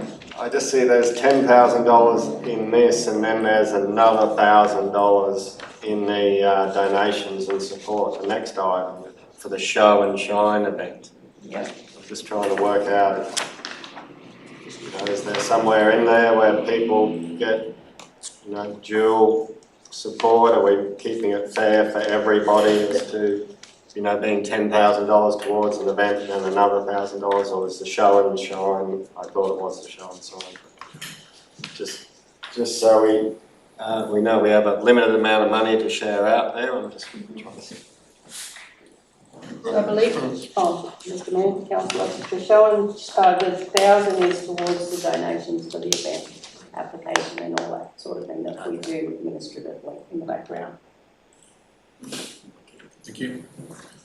Just on that, through you to the director, so that's like an in-kind donation or is it cash? Oh no, fine. Any further comments on the matter? Okay, the motion that council approve the payment of special projects grants round 3 to assist the recipients listed in the report, I put to the vote. Those in favour? Motion is carried 6-0. Councillor Finlay would be great, thank you. Actually, I don't think you can stay with this one either. No.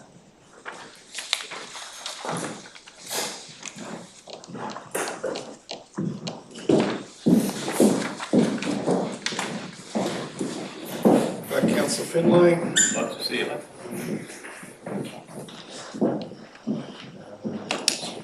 Motion 11.9 was carried 6-0.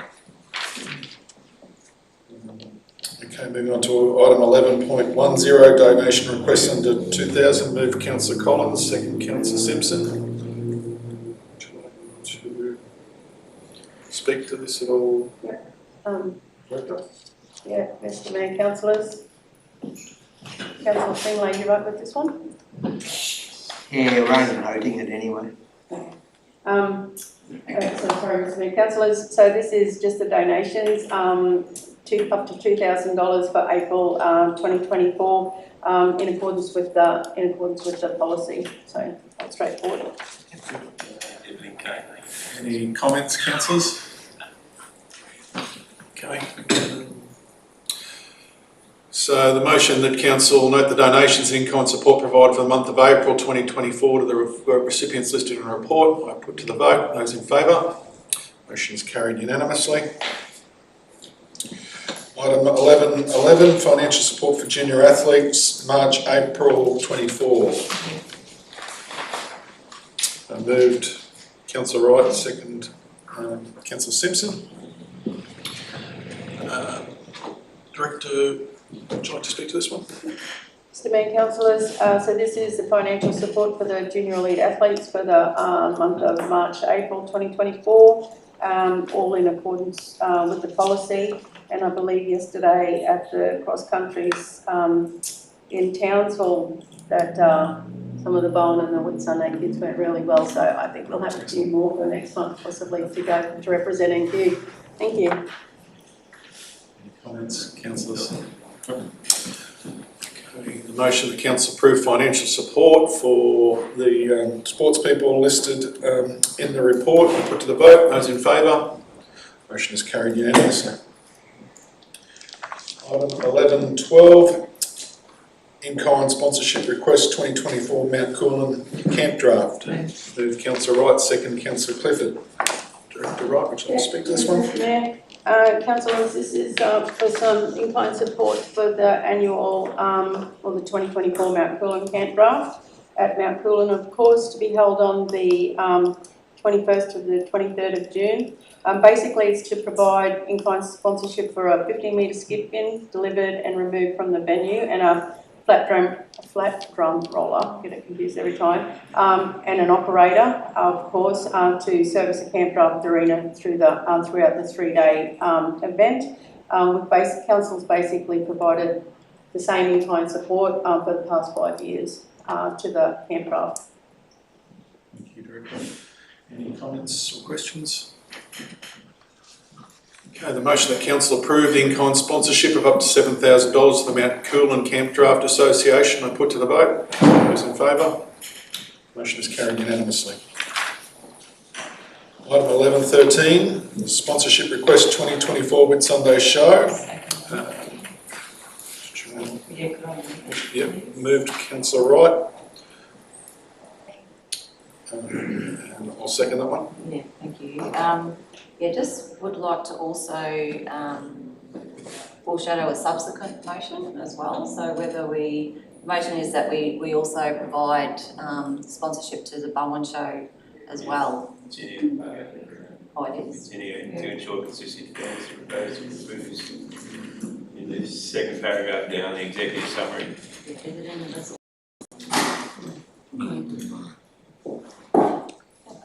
Yeah, because I know that the Bowen Show Committee have also written in, so yeah, if we could give them the same sponsorship. Mr. Mayor, if it's all going to be the one motion, I need to declare it as club interest. It's going to be two motions. I can say for the first and move out to the second. Yeah, so she's proposed a subsequent motion, so we're on the... Right for the first one? So yeah, right for the first one. I'll move out to the second. So, Director Wright, would you like to speak to the... Yes, so thank you, Mr. Mayor. Councillors, Council provides sponsorship for each of the two agricultural shows, both Proserpine and Bowen, each year. Collinsville is for their Melbourne Cup Day. They have their sponsorship. Prosy is for, the recommendation is for $3,000. Bowen show is, I'm going to say 4 days following the Proserpine show. They have only just basically put in their application. They're running a little late, therefore they won't get until the next council meeting unless it goes ahead with this one. Yeah. Councillor Bowman? Probably just clarify. I think it is good we're trying to work this through everybody and even it out. Just with the Prosy Showground being under the committee, just waste removal from the two events. Is there a cost? Is there a cost to Prosy of the waste compared to Bowen? Is there any difference there? Right at this point, Mr. Mayor, sorry, Councillor Wright, at this point in time, yes, there will be. Quite often, the request to waive those fees can come in after the show.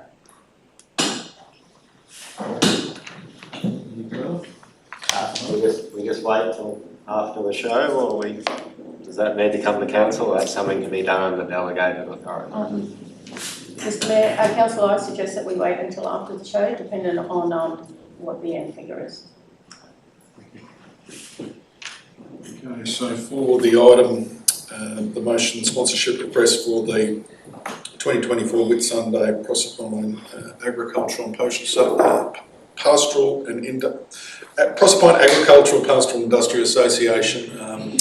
The council approved the cash sponsorship of $3,000. I put to the vote. Those in favour? Carried unanimously. I'll just clear on the same ground as before. Thank you.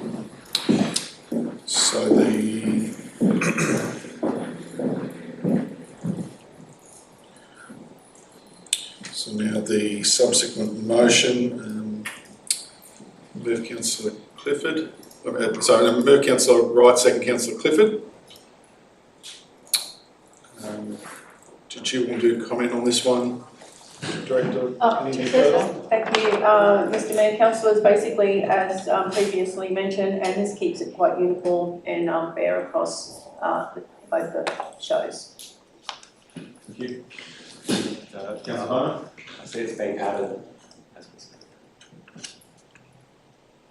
Is there any? Sorry, no, it was just about whether we're putting in the exit of Councillor Wright. I see it's going in there now, thank you. No problems. Anyway, sorry. Anything further on that one? Okay. The motion of council approve a cash sponsorship of $3,000 to the Bowen show. I put to the vote. Those in favour? The motion is carried 6-0. Please let Councillor Finlay back in.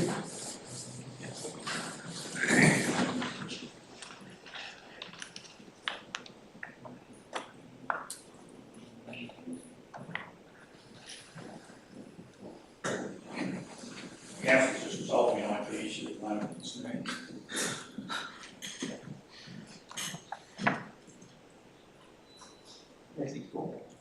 Can I just get some advice from the CEO while we're waiting? The next item, which is the Reef Festival, Rotary are a sort of sponsor of the street parade, and I'm the president. Do I have a conflict of interest? Anything in this that's to do with road closure, or it's a pretty long bow, I would have thought, but.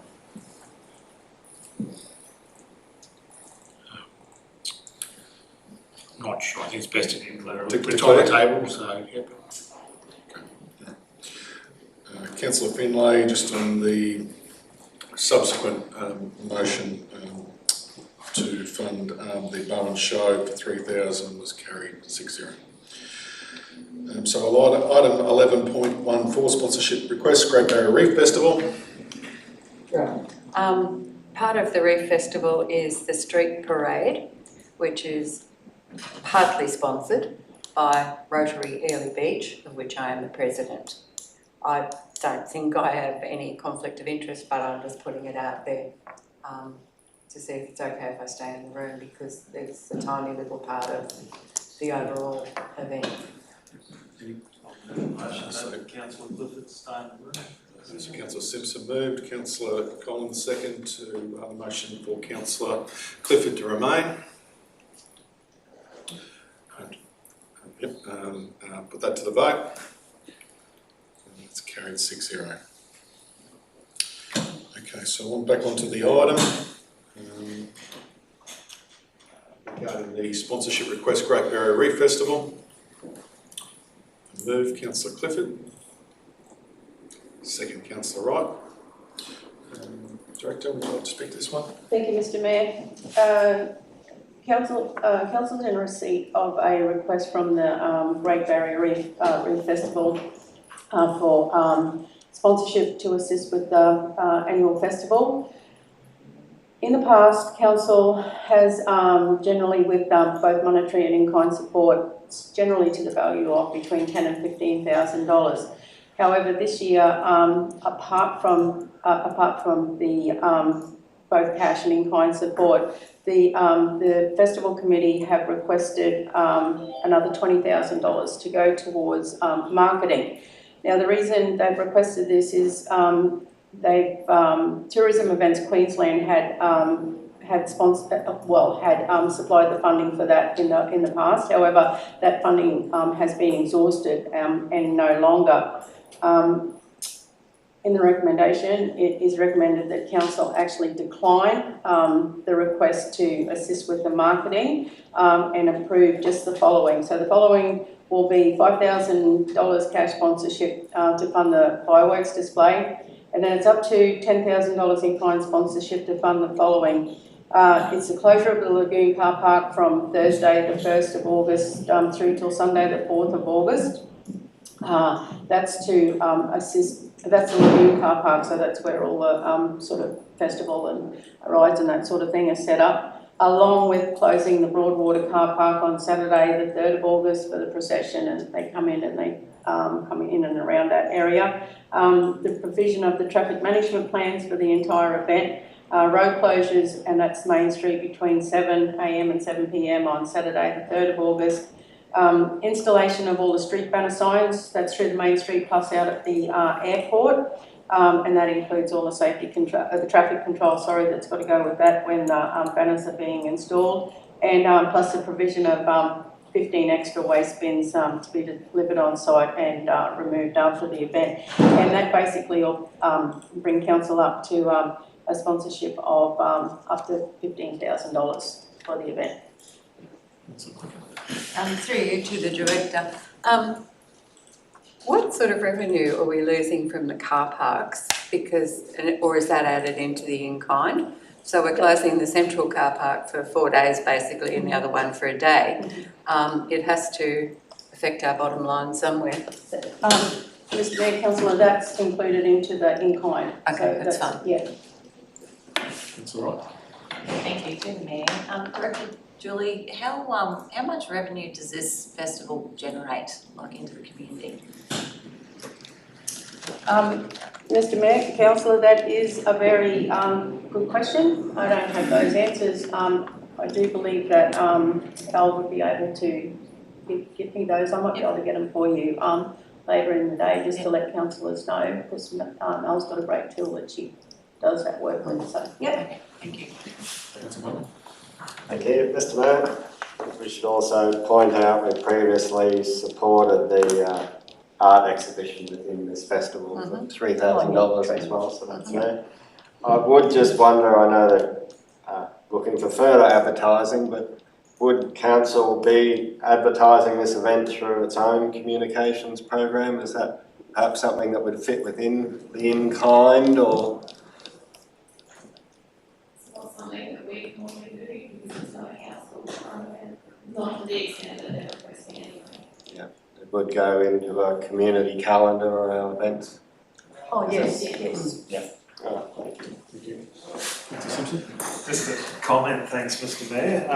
Look, we've just approved $3,000 each for the agricultural shows in Bowen and Prossie and the fireworks, and in this one we're giving $5,000 for the fireworks. So I think it's important that we have a look at, see what the real community benefit is, because I know a lot of people go down to Ely for this, but there's also probably 7,000 people or so in Prossie on a Friday night at the show. So maybe next year just to have a look and see if we can keep the fireworks things similar throughout the area.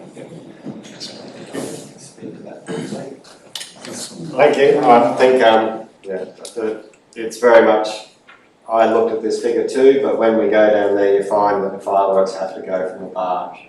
So is a higher cost in preparing and facilitating that, where we don't have broad spaces that we do in the showgrounds to put on the fireworks in Airlie Beach. I expect that there is additional costs in putting on the same level of fireworks display. But as we were backing up the Mount Coolum camp draft with a significant amount of money because of its location, I feel it's just the same with fireworks in there. No, it's just it's a great community event. It appeals to all ages and most of the demographics that we have around. It does bring visitors into town from outside of town, but it is mainly a local event and very well supported and very much enjoyed by everyone. I think I'd very much like to see some of that supporting data around some of these events, Director. It's I think you look at ones like this that are you could argue is an economic event for the region, and I think we need to consider that, what it does, not just for the community, but for that broader economy in the region. So I think the more information we've got to support this, the better. Just a quick follow on, it's the intrastate and interstate visitation to this is nowhere near like the music festival, which I believe is pretty well sold out already, which is good. But there were some people coming over from New Zealand, I think, this time for the Early Beach Festival of Music. So it's a totally different event than this one. Yeah, just another comment, Mr. Mayor. I guess just in regards to, I think last meeting we did award sponsorship to the Don River Dash for 20,000 in kind, and they did ask for a monetary figure as well, but we've just sort of stuck with that. So maybe in future, if we could just possibly give in kind support here rather than a cash donation, because they are also getting that 3,000 that we gave a little while ago as well. So maybe we could look at that down the track. Thank you. Maybe just to save some staff time or running their program in the letter, it does say that the festival attracted over 12,000 attendees and contributed over $600,000 of tourism spend in the Whitsundays through an IER infographic. So that to give us some idea that it's a relatively significant event for the Whitsundays. Any further comment? Oh yeah, thank you, Mr. Previous Mayor, is I guess on the marketing side of things, and I think they were the $20,000 going to get contracted to Tourism Whitsunday to do the marketing. So I guess it being a community event, I think maybe Tourism Whitsunday and the council marketing team can sort of get together. And I mean, I don't know who's going to be preparing their advertising and stuff like that, but surely between the teams we could come up with a pretty poster and stuff and push a few buttons out on the social media. Good call. Okay, the motion that council support the 2024 Great Barrier Reef Festival by providing $5,000 cash sponsorship and $10,000 in-kind sponsorship. I'll put to the vote. Those in favour? The motion is carried unanimously. Item 11.15, sponsorship request, 2024 Winter Sun Tournament. Moved Councillor Collins, second Councillor Simpson. Director Wright, would you like to speak to this one? Yep, thank you, Mr. Mayor. Councillors, so this is for the annual Winter Sun Tournament at the Frosty Golf Club. It's for the veteran golfers. So I think I had a question the other day. So females is 50 plus. And males are 55 plus to compete in the tournament. And so That's sexist.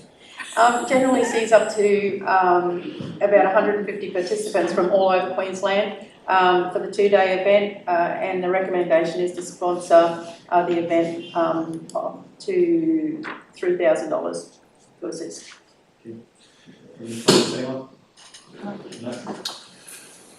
Okay, the motion council approves sponsorship of $3,000 to assist the Proserpine Veteran Golf Club in the 2024 Winter Sun Tournament. I put to the vote. Those in favour? Motion is carried unanimously. Okay, item 11.16, Lease Bowen Aerodrome. Move Councillor Wright, second Councillor Collins. Director Bradshaw, were you going to speak to this one, or do we have somebody online? No.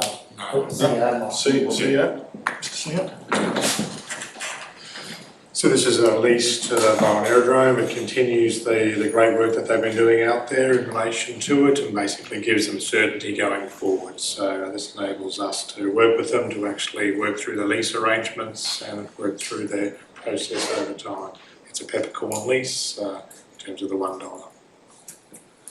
Any comments? Councillor Wright? Yeah, thank you, through the mayor. Excuse me. So this one, I do have a few concerns just over the lease, and we have been on the phone to Craig Turner. So the lease arrangement at the moment is currently sitting just over the building, and just to make note that the Aero Club own that building, and they actually had a permit to occupy in the past, and it actually took into consideration their flying space, which they do desperately need that for their CASA approvals. So, and they're also looking at putting in like a remote control track as well for smaller vehicles. So I think it's really important that, I guess, to the CEO, that we do get this right and we do incorporate that flying space and that land as well. So yeah, look, I'm happy to support it, but yeah, we just got to make sure that happens. Any further comment? Thank you. Okay, the motion that council authorise the CEO to enter into negotiations for a peppercorn lease at the Bowen Aerodrome with the Bowen Aero Club. I put to the vote. Those in favour? Motion is carried unanimously. Item 11.17, lease Whitsunday Coast Airport, Whitsunday Aero Club. Move Councillor Collins, second Councillor Clifford. Would you like to speak to this one again, Mr. CEO? Mayor, this is similar to the previous one. It's really just formalising our Whitsunday Aero Club, just to make sure that they've actually got certainty in relation to their lease going forward. Any comments? Motion that council authorise the CEO to enter into negotiations for a peppercorn lease with the Whitsunday Aero Club. I put to the vote. Those in favour? Motion is carried unanimously. Okay, item 11.18, Don River Improvement Trust Committee appointment. Move Councillor Wright and second. Yeah. Yeah, that's what I was going to say, Councillor I'd like Simpson. to move and nominate Councillor Simpson. Accept that nomination, Councillor Simpson, yes. Second, Councillor Clifford. Director Bradshaw, did you want to speak to that one at all? I can quickly, Mr. Mayor. So, under the River Trust legislation, which is controlled by the state, we need to have 2 delegates. Councillor Wright has resigned from this committee, and so we need to nominate another councillor. That's what's brought about the vacancy. The appointment is for the balance of the council term through to 2028. Happy to take any other questions. Any questions or comments, councillors? No. Okay, the motion that council appoint Councillor Simpson to as a member of the Don River Improvement Trust Committee for the remainder of the 24 to 28 council term. I put to the vote. Those in favour? The motion is carried unanimously. Okay, item 11.19, Australian Local Government Association National General Assembly Conference. I move Councillor Collins. I'd like to move Councillor Wright. Accept that nomination, Councillor. Yes, thank you. Second, Councillor Bowman. Would you like to speak to this one, Director Bradshaw? I can, thank you, Mr. Mayor. So, councillors, the annual Australian Local Government Association National General Assembly represents a forum where all councils in Australia gather to address policy issues at a national level, but also to understand what the current trends are. The forum in Canberra is generally attended by a representation of councillors from each of the states, and essentially a component of that is to debate motions in what you might call Australia's largest council meeting, where about 600 people in the room then vote and agree, or not agree, on motions that come forward. It's also an important networking event in terms of looking at vendors and suppliers to local government, as well as opportunities for advocacy both into the federal government and Department of Staff as it arises. There tends to be a requirement to support 2 councillors, so that if there's a need for the Mayor to attend the Parliament House to do a delegation, councillors still represented at the conference, and that's hence why 2 delegates are proposed this time. Happy to take any other questions. Any questions or comments? Captain Woolies. Yeah, look, I think I see this as an important opportunity to make sure that we're connected in the local government sphere, but as well to interact with the federal government and really make sure that Whitsundays is at their forefront of their thinking. So, Just to, Councillor Barnes? thank you, just to bring light to the fact that the 2024 Regional Forum is a part of this conference, so it is important for us to be there fighting a good fight. Okay, the motion the council approves Mayor Collins and Councillor Wright to attend the National General Assembly in 2024 in Canberra from 2nd to 4 July 2024. I put to the vote. Those in favour? The motion is carried unanimously. Item 11.20, Revenue Policy 24-25. Director Bradshaw, did you want to speak on this first? Happy if you want to take a move. Okay. Move Councillor Wright, second Councillor Finlay. Director Bradshaw. Thank you. Councillors, I have a couple of amendments to make to that policy that I'd like to talk through, and I'll ask Taylor to put them up on the screen.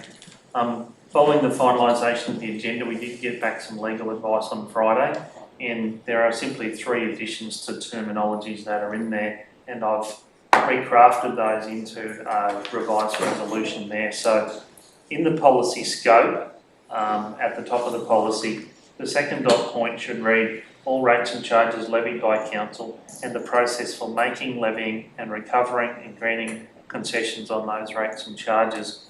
This is a really important policy in setting the fundamentals for the upcoming 24-25 budget.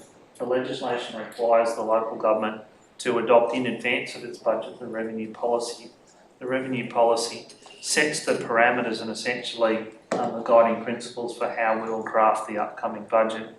The second addition is really just tightening up the wording around paragraph 1.2.1.2, and really it's in the second part of the first paragraph, and I'll start partway through there.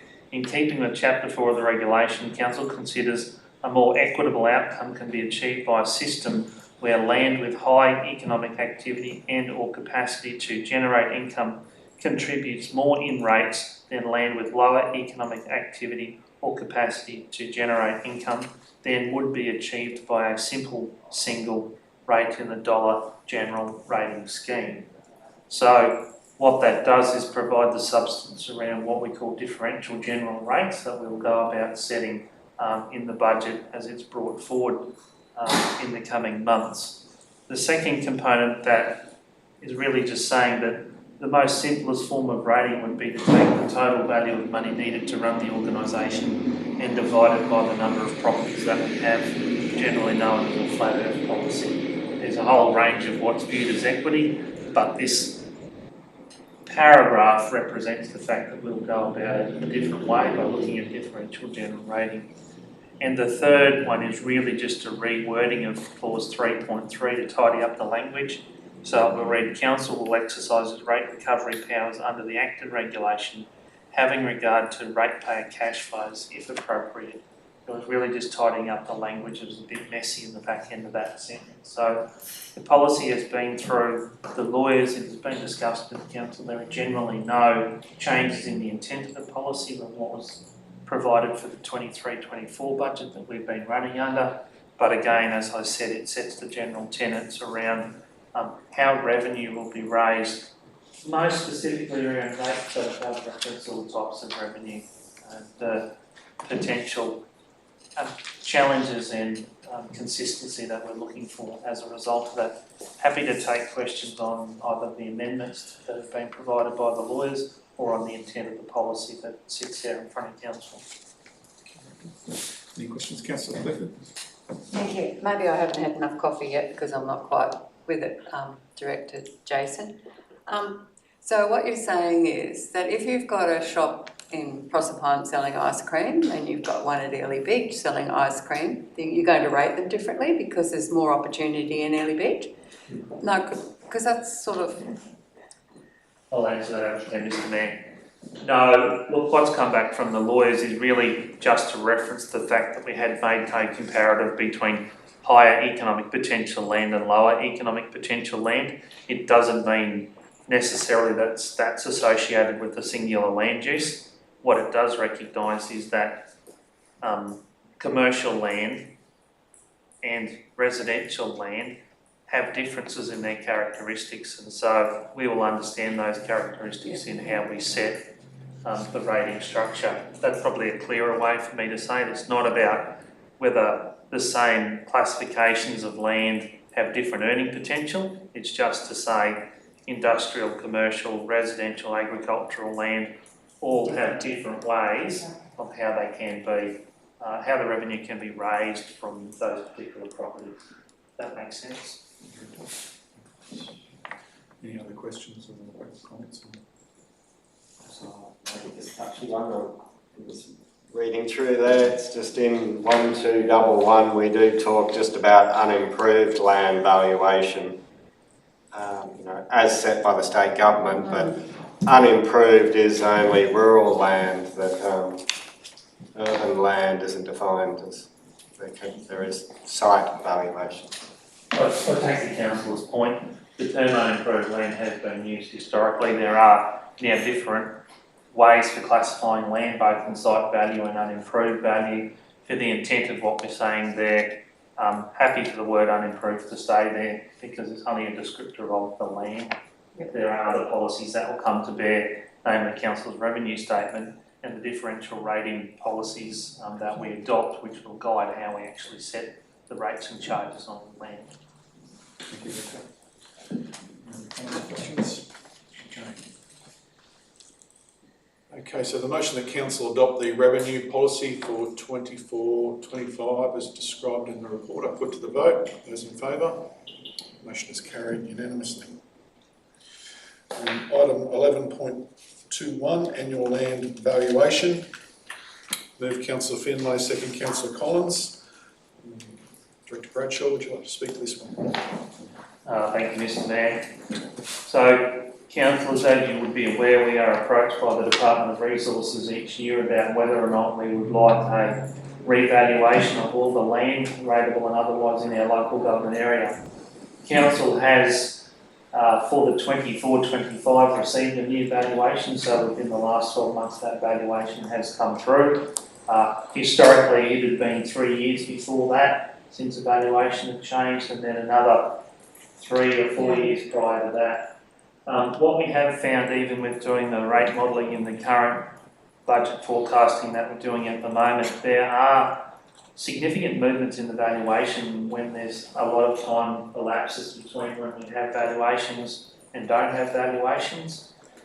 Council in the past couple of years have tried to raise this at a state level through the objective state conference about trying to seek a maximum term around that valuation, because in the legislation at the moment there isn't any prescription around how long that can go. So each year they write to council and ask for a revaluation. What I must say is each year we pay for a valuation file to come to us. Now whether that's updated information or whether that's the information that we already know, council is paying for that. Because there's been inconsistent movements in the valuations across the local government area in the data that we've been modelling over the last couple of months, it's proposed that we do seek another revaluation in the next 12 months to find out if that will help moderate or balance some of those significant movements in the valuations that we have seen. And they're predominantly in the western grazing land and valuations, and pretty much land uses generally along the coast that have been impacted. So we see value in us asking for a further revaluation. We know that there have been a stretch of resources of current years on the State Valuation Service, which worked through the department, and we're hoping that if we put our request forward, that it will receive some favourable consideration. So there are 77 local governments in Queensland. There's been a capacity to generally do about 20 of those each year, so we'd be asking to put our name to the top of that list. We have sought an extension to the council meeting today, so you would have read in the evaluation letter. It was, I think, the 24th of May. Spoken to the state government agency through Brisbane to get an extension for today to advise that we would be seeking a valuation to come for the current financial year. So the 25-26 financial year.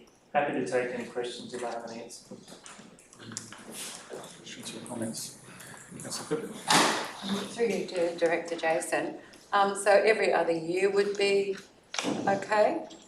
Or would we prefer at the moment in the hot property market that we're experiencing every year. Through you, Mr. Mayor.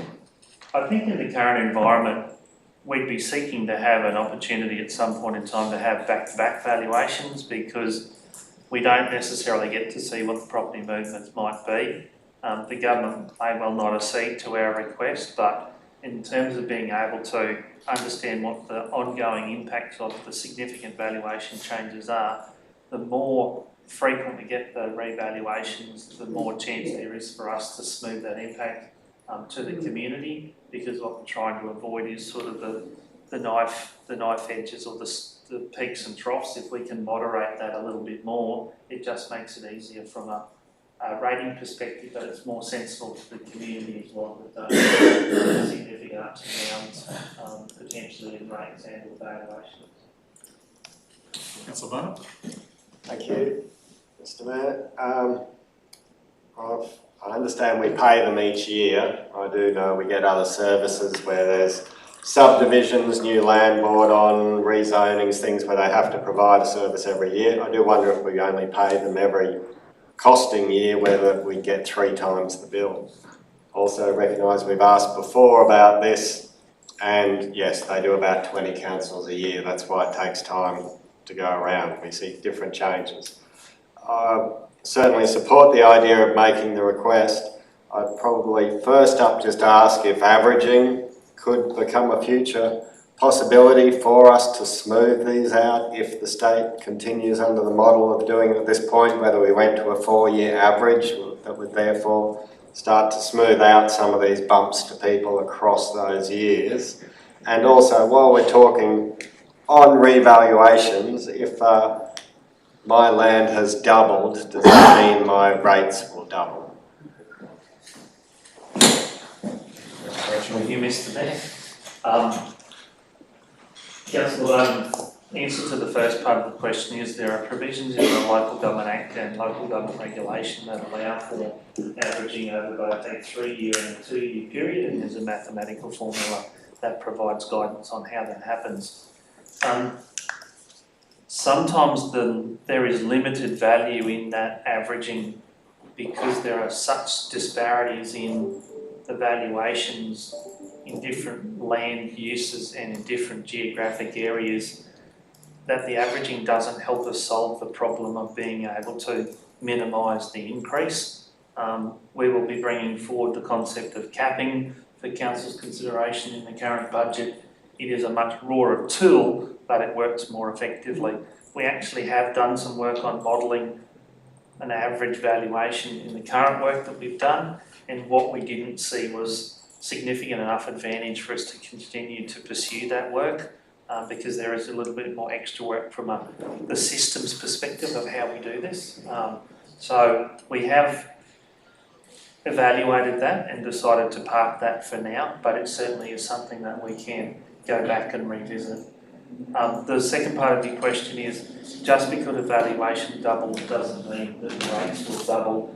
Council will look at the yield it requires each year and will essentially use the mathematics between the changes in the valuations to help assess how much or how the revenue may change for where the rates comes from across the different categories within the local government area. So we have been consistently saying that a double in valuation doesn't equal a double in rates. There are decisions and tools that we have to manage that, and so that's what we will do. And as we put forward more information towards the council in consideration of the budget being finalised and adopted over the next month or two. I hope that answers the question. Councillor Collins. Jason, I believe it's vital that they should do it. I'm looking back at the years here. 2017, they did evaluation. We had Cyclone Debbie. 2021, we're in the middle of COVID. You know, and this last valuation which they've done, everyone's gone through the roof. But that's the first one in, 5 years? You know, and the fact is, in the last 5 years, well, after 2017, we had a demand for accommodation from staff and workers that were building rebuilding the area, and then with 2021, well, we had 500,000 people come back to the country to buy their own, get their own house. Well, left with a shortage, left with a demand everywhere. So hopefully we don't have anything disastrous this year, but it'd be nice to get a good valuation next year to see where they go. I mean, looking at 2021, the grazies out west and around the area, I mean, the cattle price went through the roof, which caused their land to go through it. Now the arse is full, the backside's falling out of the meat prices at the moment. But, you know, we really need to push the point of getting it done next year. Again. Yes, I'd just like to support this motion as well, even though it'll probably fall on deaf ears, but for 20 odd valuations throughout the state and 77 councils, but like this current valuation we've just had's gone up almost 50% across the board. When you look at a $3 billion valuation going to $4.5 billion across a region is a massive amount, and to get some fairness in the system, I think we need to have another valuation very, you know, close together.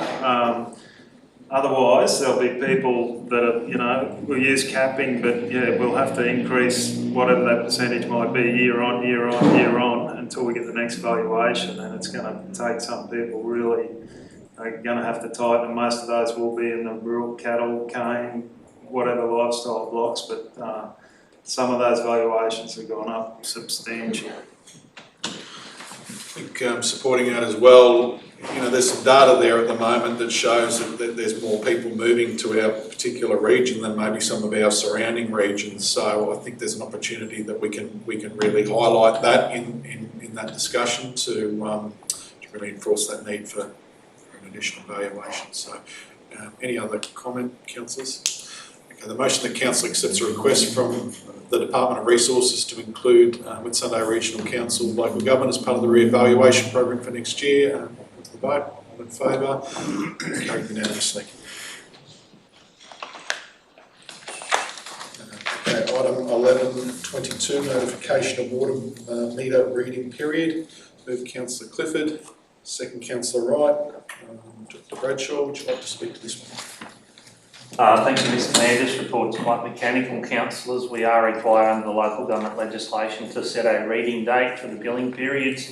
We do that each 6 months.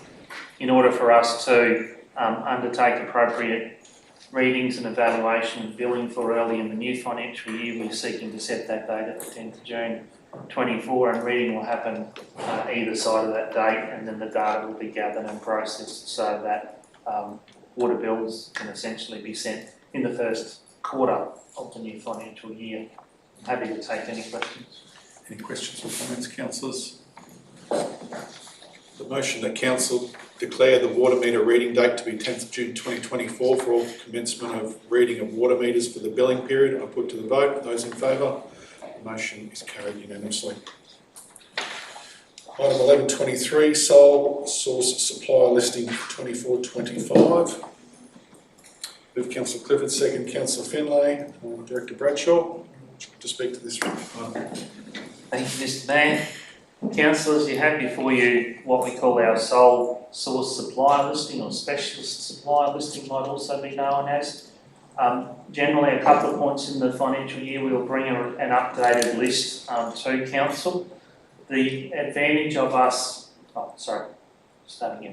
the sole source supplier listing is really representing those aspects of the work that we do as an organisation where we're in an arrangement where we might be using, for instance, proprietary software or proprietary parts or information to systems or chemicals or things that we might need to do the work that we have. For the efficiency of purchasing processes, we use the sole supplier list because it generates time and efficiency in how those procurements are maintained over time. The list is generally reviewed twice yearly, and we often make additions and subtractions from that list, depending on changes that might have occurred to the operations.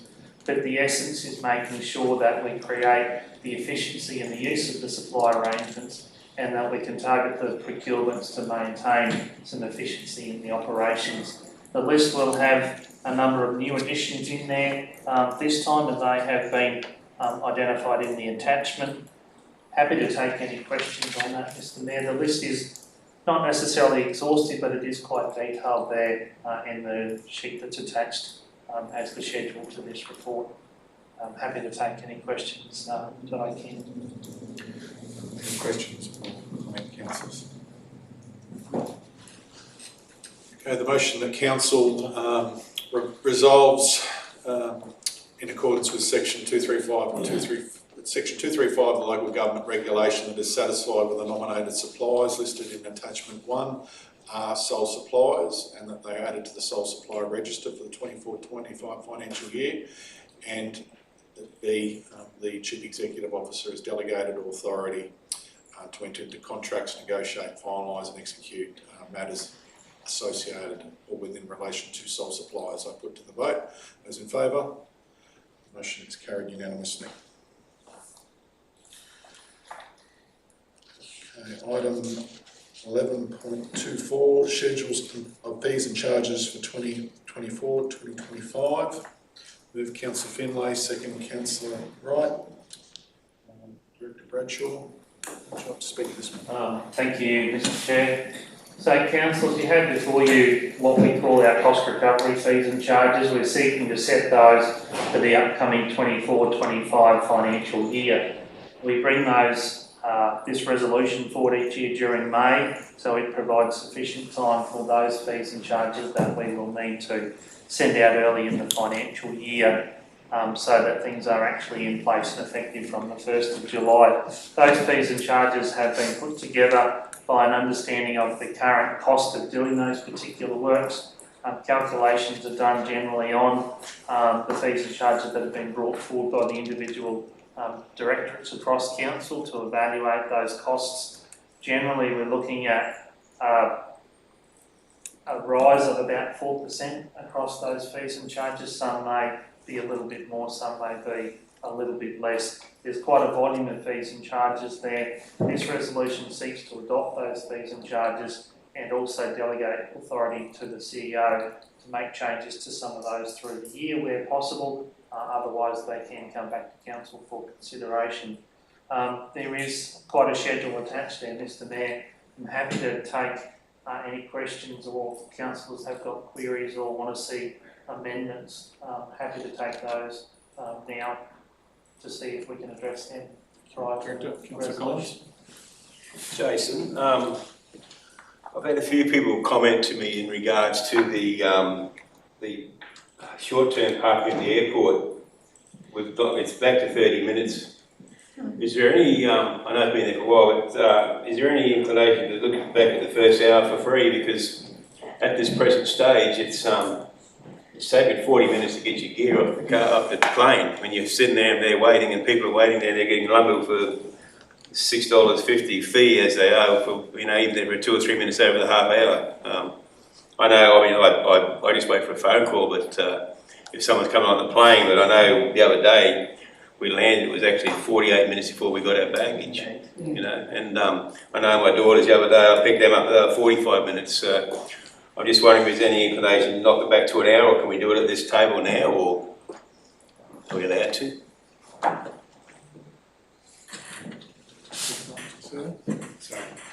Well, we're here to talk about the fees, so if it's a line item in the fee, you can have a look. And I think from the airport's operations, they're trying to maximise their fees in relation to charges. It is a fee that has actually given me the power to amend throughout the year in relation to it. It's a commercial charge, not a cost recovery charge. So one option is to let us discuss it further with the airport operators and just seek their views in relation to it, and come back to you at any other point to look at it in relation to it. Councillor Clifford?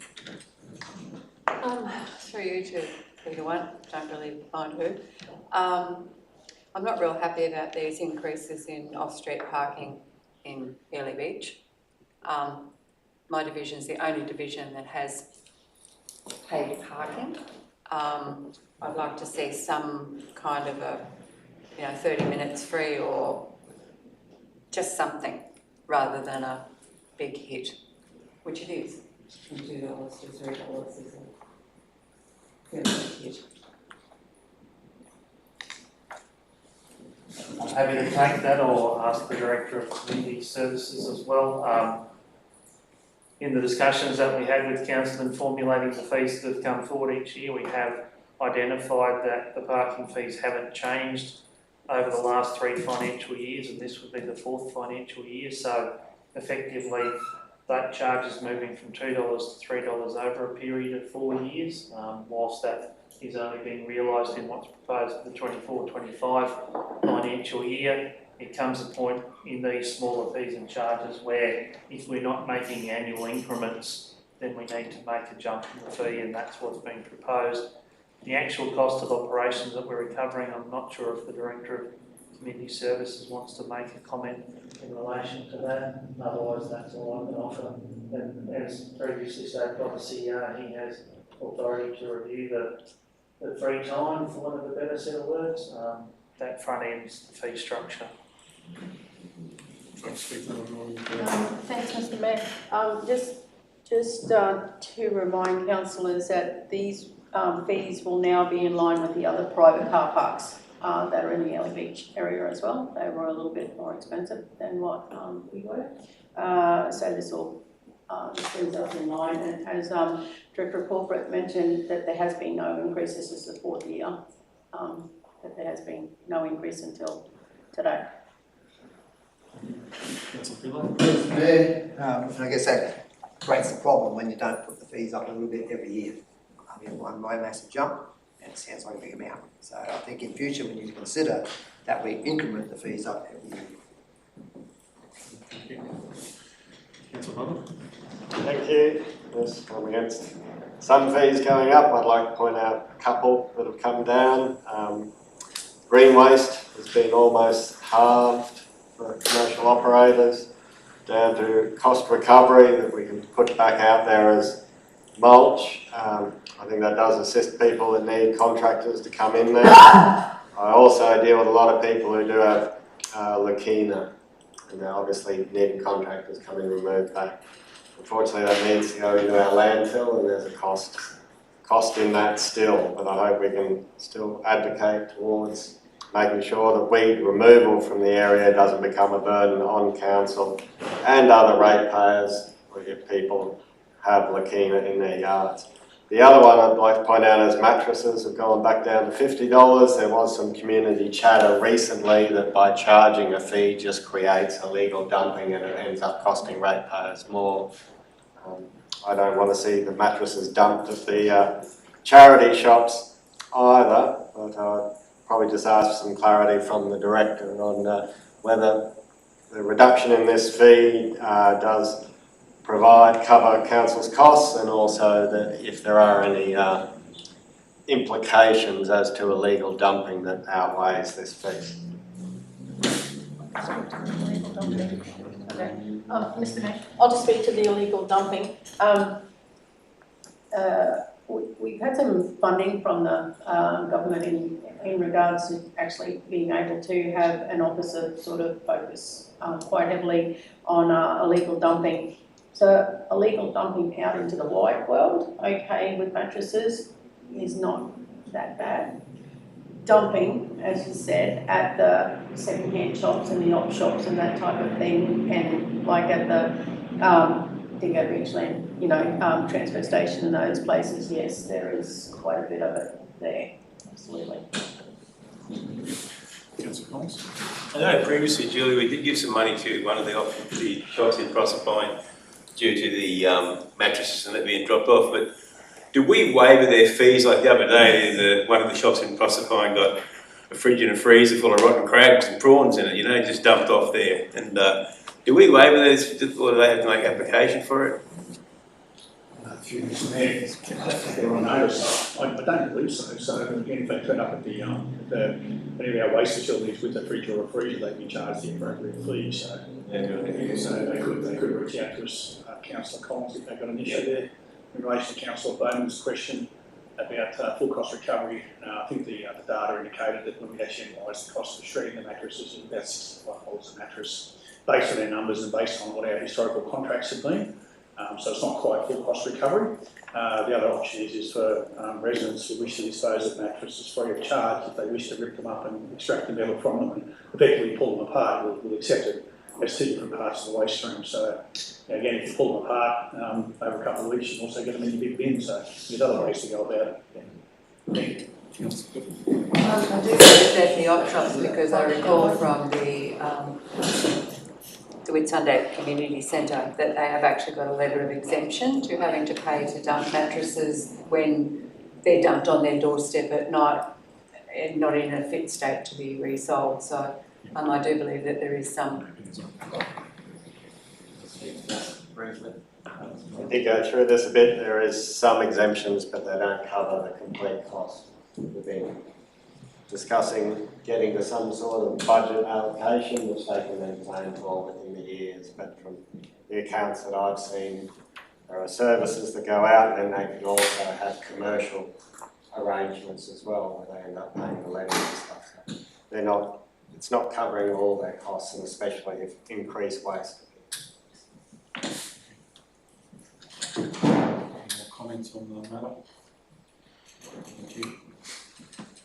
Motion that council, in accordance with section 97 of the Local Government Act, set the cost recovery fees as detailed in attachment 1, and the further items per the report there I put to the vote. Those in favour? Those opposed? The motion is carried 6-1. Item 11.25, Budget Review 2. Councillor Clifford, second Councillor Collins. Director Bradshaw. Thank you, Mr Mayor. So, Council's here to present today the second budget review for the financial year. Obviously, due to the timing of the local government elections, there's been a delay in, what have been some of the historic practices. So, we processed the information in relation to the revised budget at about the end of March and into April to formulate our position of where we think we might land for the financial year. So, Budget Review 2 does present an increase in the operating surplus to about $1.65 million at the end of the financial year. That's due to a range of movements, both in additional revenue being realised from rates and charges and interest income based on the cash being held by Council at this point in time. That improved financial position also represents increases in fees and charges across some of the sale of goods items as well. So certainly an inflow in additional revenue of just under $2 million, which is offset by changes in expenses by just under $700,000. So you'll see the net impact of that taking the balance of the surplus up to about that 1.6 million proposed at the end of this financial year. Importantly, beyond the operating budget, we've also looked at the delivery of the capital expenditure for the financial year, and noting that at the time that this report was done, there's been obviously some movements over recent weeks and the last month or so around the delivery of the capital program. But at Budget Review 1, we took our original capital budget from just over $51 million to the current revised budget of $64.7 million. This second budget review seeks to increase the value of that capital program to $76.8 million. The significant movement upwards has been driven by the recognition of the disaster recovery funding arrangements works that we've been doing in relation to natural disasters. So when the budget was struck at the original point in the financial year, the submissions for damage were in and being assessed by the Queensland Reconstruction Authority, but we had no solid estimates about what that work would look like and what the values of those approvals might be. So they've been brought into this current budget, and that work's been being undertaken throughout the financial year. So the majority of that $30.7 million coming in is generally around the DRFA works, as we might call them. It is a significant increase in the uplift of delivery, but we have a lot of surety around the delivery of particularly that DRFA works. Those works packages are out and being actioned predominantly by contractors to council at this point in time, and so that represents, there are other movements in there about movements for projects in that have been brought forward or projects that have been pushed out into the next financial year. The individual projects are in the attachment. The other point to note there is a change around what are the remediation works, so that's relation to council waste and landfill operations. And given a number of impacts and changes throughout the year in the waste operations, some of that work's having to be deferred into the new financial year, so there's a reduction in the works plan against those remediation activities. The financial implications shows the sustainability indicators that the state government set for us to report on. We're showing positive or inbound measurements against each of those indicators through this revised budget process, and again it underlies that we will finalise the year in a relatively stable financial position, both in the operating budget but hopefully seeing continued delivery around the capital program. Happy to take any questions. There are the forward estimates for 10 years as part of our budget works. Obviously the longer term planning needs to be continually reviewed as we get towards the end of the years 6 to 10, but what's been presented represents the current basis of what we know in the current operations. Happy to take any questions where I can. Questions or comments from the councillors? Councillor Bowman? Thank you, Mr Mayor. Probably just, I noticed it's backdated a little bit, just the revised operating surplus sitting around 1.6 million, and then we're also being reported that the ops underspend is about 8.3 million at the moment. In the truncated end of the financial year, do we still think this 1.6 surplus is on track, or do we see that $8 million underspend coming into play? Really, Mr Mayor, to answer that, probably being a bit conservative with the 1.6 million in terms of what we think the year will end at, Councillor Bowman. We have been having a look at the underspends both in the operational and the capital budgets, and we know some of that will be realised between now and the end of the financial year, and we're looking at particularly big contract works that might be sitting out there and we're still working upon. What has become evident, I think, over the last 3 months or so has been the increased cost of doing business for council. So whilst there might seem to be an underspend there, we are starting to see real cost impacts in terms of how much it now costs for us to do things, and that's borne by a whole range of issues, but it does demonstrate that the council isn't shielded in too many ways from the cost of living pressures that everyone else is seeing, because the goods and services that we are delivering and the inputs that we require are still seeing those price increases flow through. We're seeking to minimise that, Councillor Bowman. We know there's been a historical trend in that regard, but we've been working hard to evaluate what that looks like, and it's also informed the work that we've been doing in developing the 24-25 budget process as well. Any further comments, councillors? Okay, the motion to cancel resolve to adopt the Whitsunday Regional Council budget revision for the financial year per the report put to the vote. Those in favour? The motion is carried unanimously. Item 11.26, monthly finance report. Move Councillor Griffith, second Councillor Wright. Director Bradshaw.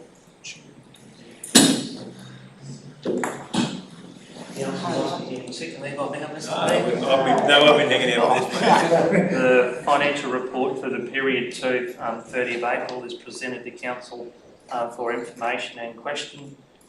So again, building on the back of what I just presented in relation to the Budget Review 2, you can see that the current operations of Council continue to show us in a stable financial position. You can see there on the front page of the financial report table, the operating surplus is about $7.6 million. That's prior to any changes and adjustments, and reflects what was forecast in the last report there for Budget Review 2, increased revenue streams that have been coming forward and managing the expenses associated with the operations of the organisation. The year-to-date value of the council organisation continues to grow, so that net community wealth is $1.314 billion at the end of April. We'll continue to see capitalisations go through those accounts to represent some of what's been work in progress and some of the capitalised work that's been finished for the financial year. The cash position remains relatively healthy as reported in the tables there, and is also responsible for the increased additional interest revenue that's helped to increase the operating position for the period right through to the end of the financial year. Forecasting capital delivery still a little behind the scheduled program for the current financial year, but I know that we've been making significant improvements through the project management framework and through managing how we deliver those capital projects as we move forward. Generally happy to take the balance of the report as read, councillors. It's consistent with what's been provided previously to council and reflects what is currently a stable financial position for the organisation. Any comments on the monthly financial report? Councillors, Councillor White. Thank you, through the Mayor. Director Jason, just an overall question. If the public wanted to have a look at our monthly reports, are they up on the website every month, or when do they usually go up? So these reports are, through you, Mr Mayor, these reports are in the council meeting agenda. They're not necessarily shown separately, but they are available each and every month through the agenda on the website, so they are visible. If the community are looking for that information, it is there. We don't get a lot of requests for people to look at the financial reports of the organisation. Some of us might see some more value in that than others, but we're happy to answer questions as required. Comments, councillors, Councillor Thanks, Jason. I said some figures there, underspend, everything like that as we get close to the end of the financial year. I know that's there. When you spoke to costs going up, I looked back in the previous report, and out of $150 million, we only had about $700,000 cost expense increases. So, yeah, it is going up, but not as much as it is for some of the people out there in the community, I expect. Just with the scheduling, I know I've touched on this before, I'm tracking a few projects through here, just trying to understand the money. Eshelby Drive footpath is one that's, I've watched the budget go from 350,000 and back down to 150,000 with only 77,000 now being spent. I'm really just trying to work out when we know those works were finished, quite a time ago. I'm just trying to watch the flow of this money down through the figures that are coming before me, just so I can sort of see where those works are going, and when, we love seeing a footpath in Cannonbale, but when I see $350,000 budget turned down into $77,000, I kind of wonder what opportunities are being lost. I'd just like to be on top of that expenditure as it's being allocated. Trying to that one, so happy to take the individual project on notice. A couple of things happen in terms of the project finalisation, and they tie back to a question you asked earlier in the meeting around the valuation. So the physical projects can be actually completed, or we get to a point in time and resources are reprioritised. There's a capitalisation process we still go through and find out the total cost of each of those jobs. Sometimes that activity identifies expenditure that's been classified as capital but really belongs in the operating budget. So there might be some changes and rearrangements that occur as a result of that. The timing and whether or not there are future stages or the work's done in particular phases, I have to take that question on notice to go back through Director of Infrastructure and Director of Capital Delivery to get some more clarity on the individual projects, but there will be some parameters. I mean, it's good that you're keeping focus on individual projects, and the feedback will be useful in terms of how that's communicated both to the community and to council as the project changes and rearranges are made. Given the volume of number of projects in there, not everything will run ideally or perfectly, but it would be good to take those questions and get to the bottom of the actual real answers so that you have some certainty over what it looks like when it's actually finished as well. Thanks, Mr. Director. Any further councillors? Okay, the motion that council receive the financial report, capital expenditure report and unaudited financial statements for 23-24 for the period in 30th April 2024. I put to the vote. Those in favour? The motion is carried unanimously. Okay, moving on to item number 12, confidential items. It's on the late supplementary agenda item 12.3, I think it is, Whitsunday Sports Park. I've got a declared conflict of interest with Justin, who's, I think, in charge of the sports park. I'm a client of one of his businesses, Eclipse Financial.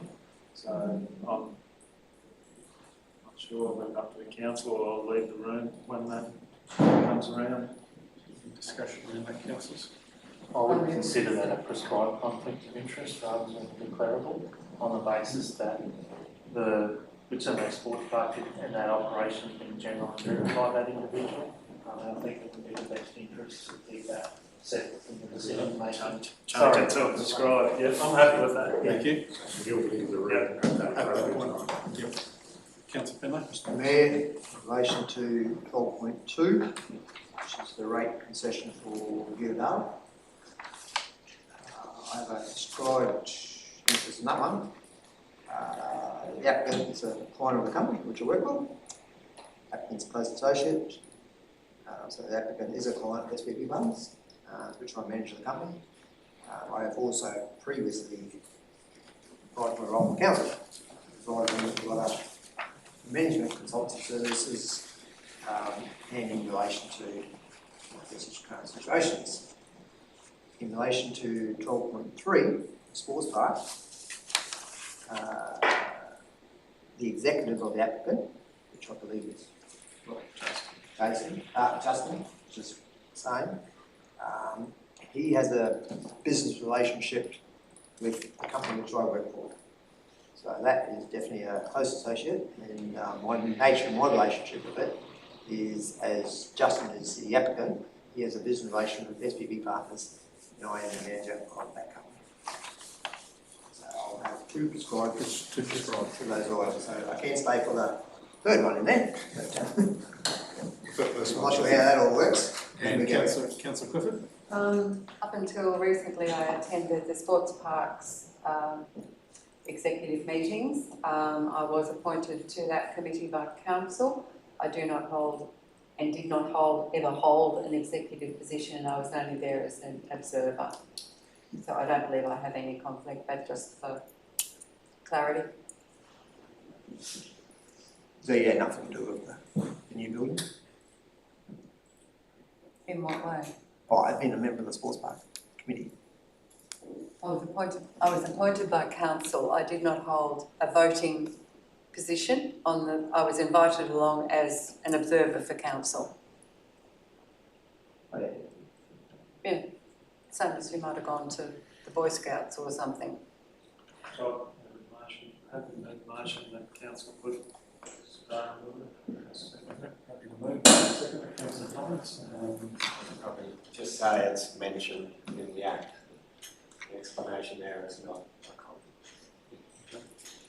Put that to the vote for Councillor Clifford to remain through that item of the confidential session. Oh, shit. My fridge. Council is entitled to vote for the motion would not include Councillor Finlay, Councillor Simpson, Councillor Clifford. Okay. You have a potential He four can votes. still move, yes? He's got 4 votes to play with. Okay. Those in favour? Carried 4-0 to allow Councillor Clifford to remain for item 12.3. Try to allow you for all three. What's next?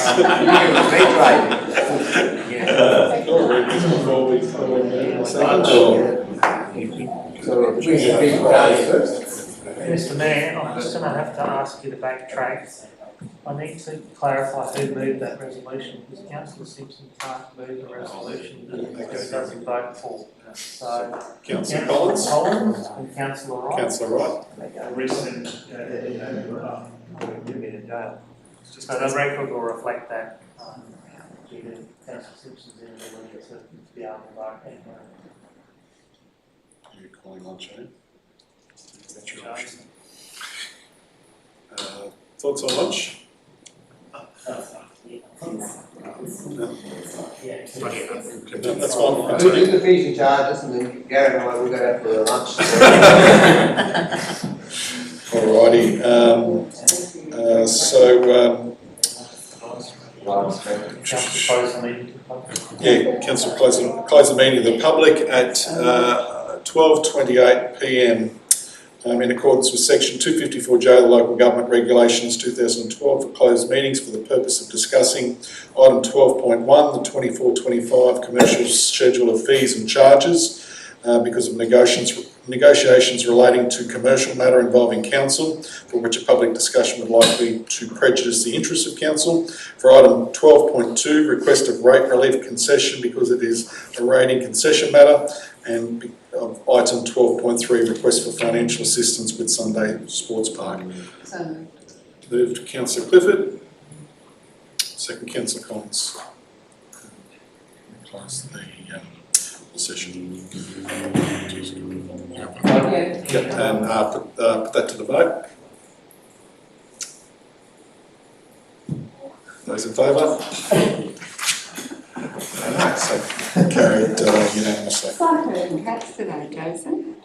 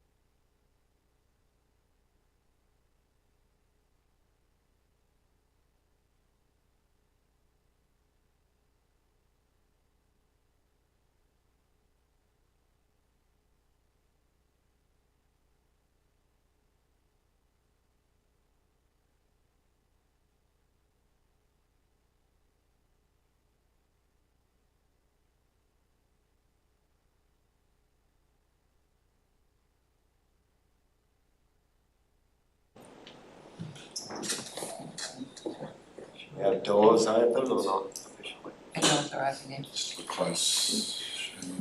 That's right. I'll be back. Okay, so the council reopened the meeting to the general public at 1:52. Move Councillor Clifford. Second Councillor Wright. Okay.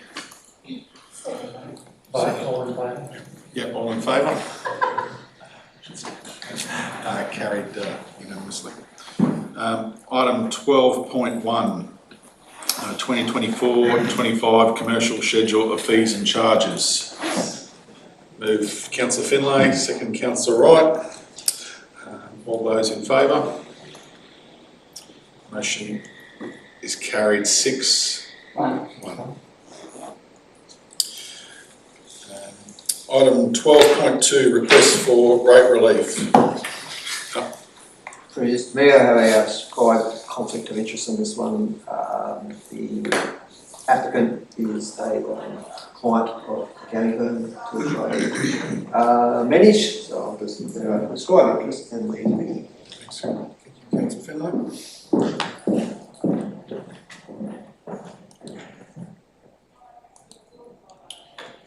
So the item 12.2, request for rate relief concession.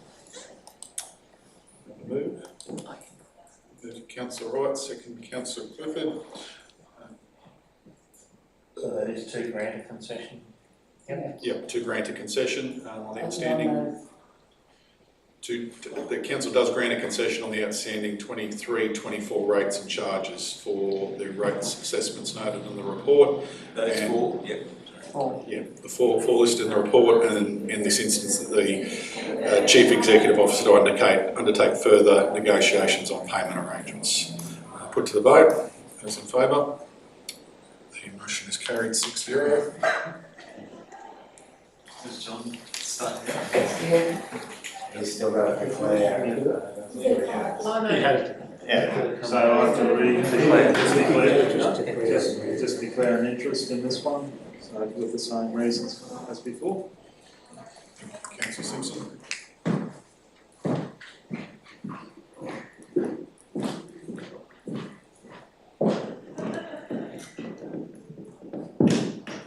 Okay, Mayor, you go. We'll note Councillor Finlay's described conflict of interest, left the room at Thank you. 1:55. Okay, so item 12.3, request for financial assistance with Whitsunday Sports Park. Move that the matter be deferred until we have a meeting with the sports park and come to a future council meeting. Councillor Clifford, seconded Councillor Bowman. So the item be deferred to a future meeting to allow for presentation from Whitsunday Sports Park Limited. I'll put to the vote. Those in favour? Motion is carried 5-0. Oh, we can bring them back. Yeah, one job.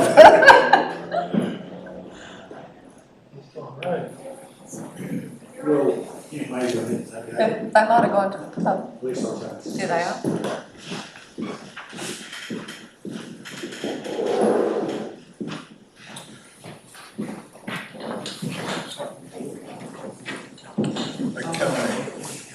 Back, moving on to item number 13, late report items. There are no late report items.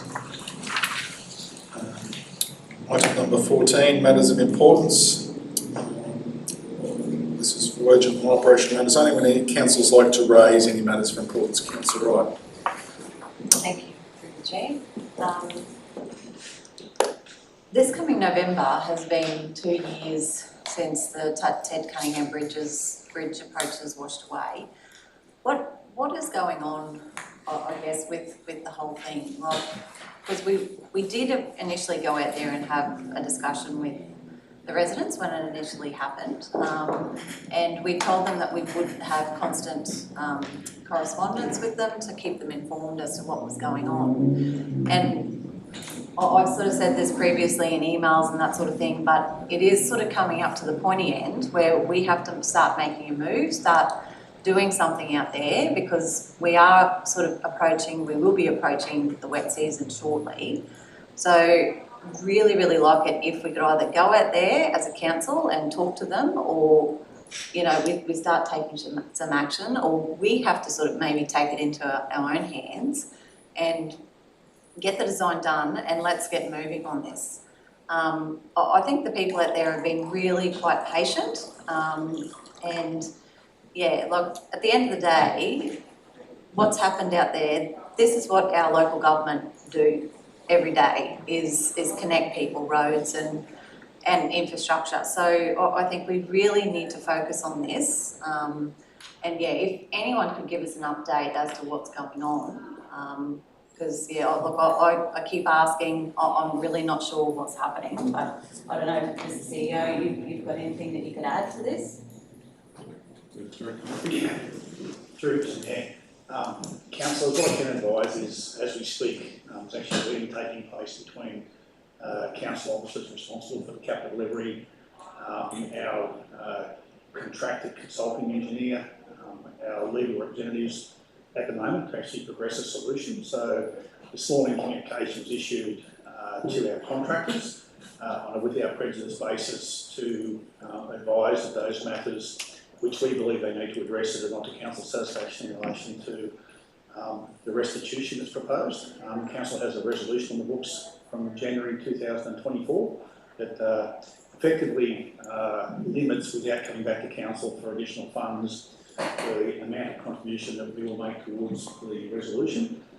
So what I hope is that the outcome from today's meeting, because council has provided, without prejudice, very concise list of the matters that have been discussed in today's meeting, I would expect they should be resolved this afternoon.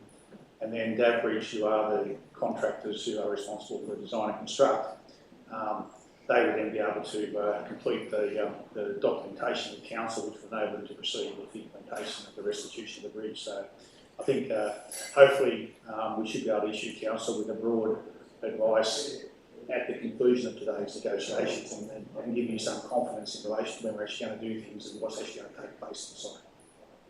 So you think by today we The will meeting's have... actually underway from that. Yep, okay.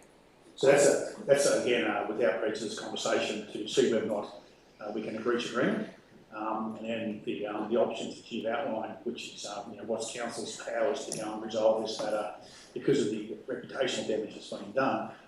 That will be the next step in the process, and obviously council's had discussions,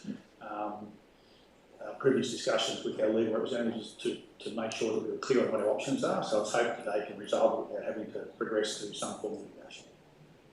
Looking forward to hearing. Yeah, and so that then enables us, so there has been communication between our capital delivery team and the project manager, recognising that our Director of Capital and Strategic Planning is acting as the superintendent under the contract, so there's some complications there. And then as your Director of Infrastructure, I've been working with our capital delivery engineer to keep around what the issues are, and hopefully today we can actually start to communicate better with a time frame for what actually repairs will look like. Again, it depends on how the without prejudice conversation goes. And the matters of contention are largely around the size of the protection of rock and a range of other matters where there's different ways in which standards can be interpreted. Yeah. Okay, thanks. Mr. Mayor, the Director, so if there is a resolution today, how long before the road can be used? To Mr. Mayor, the time frame of repair was always only a couple of months, so my understanding is that if they reach agreement, it's up to the contractor to mobilise his crews, or their crews, gender non-specific. And then, so I'd have to come back to you, because that would also be subject to what work they've got on, what capacity they've got to come and work on the bridge, recognising that if there hadn't been concerns expressed by council and what the proposed solution would have been, you would have expected them to have started work several months ago. So we'll have to confirm. I'm sorry to talk around and be wishy-washy in my response, but I just don't know yet. So it'll be part of the outcomes from today's conversation.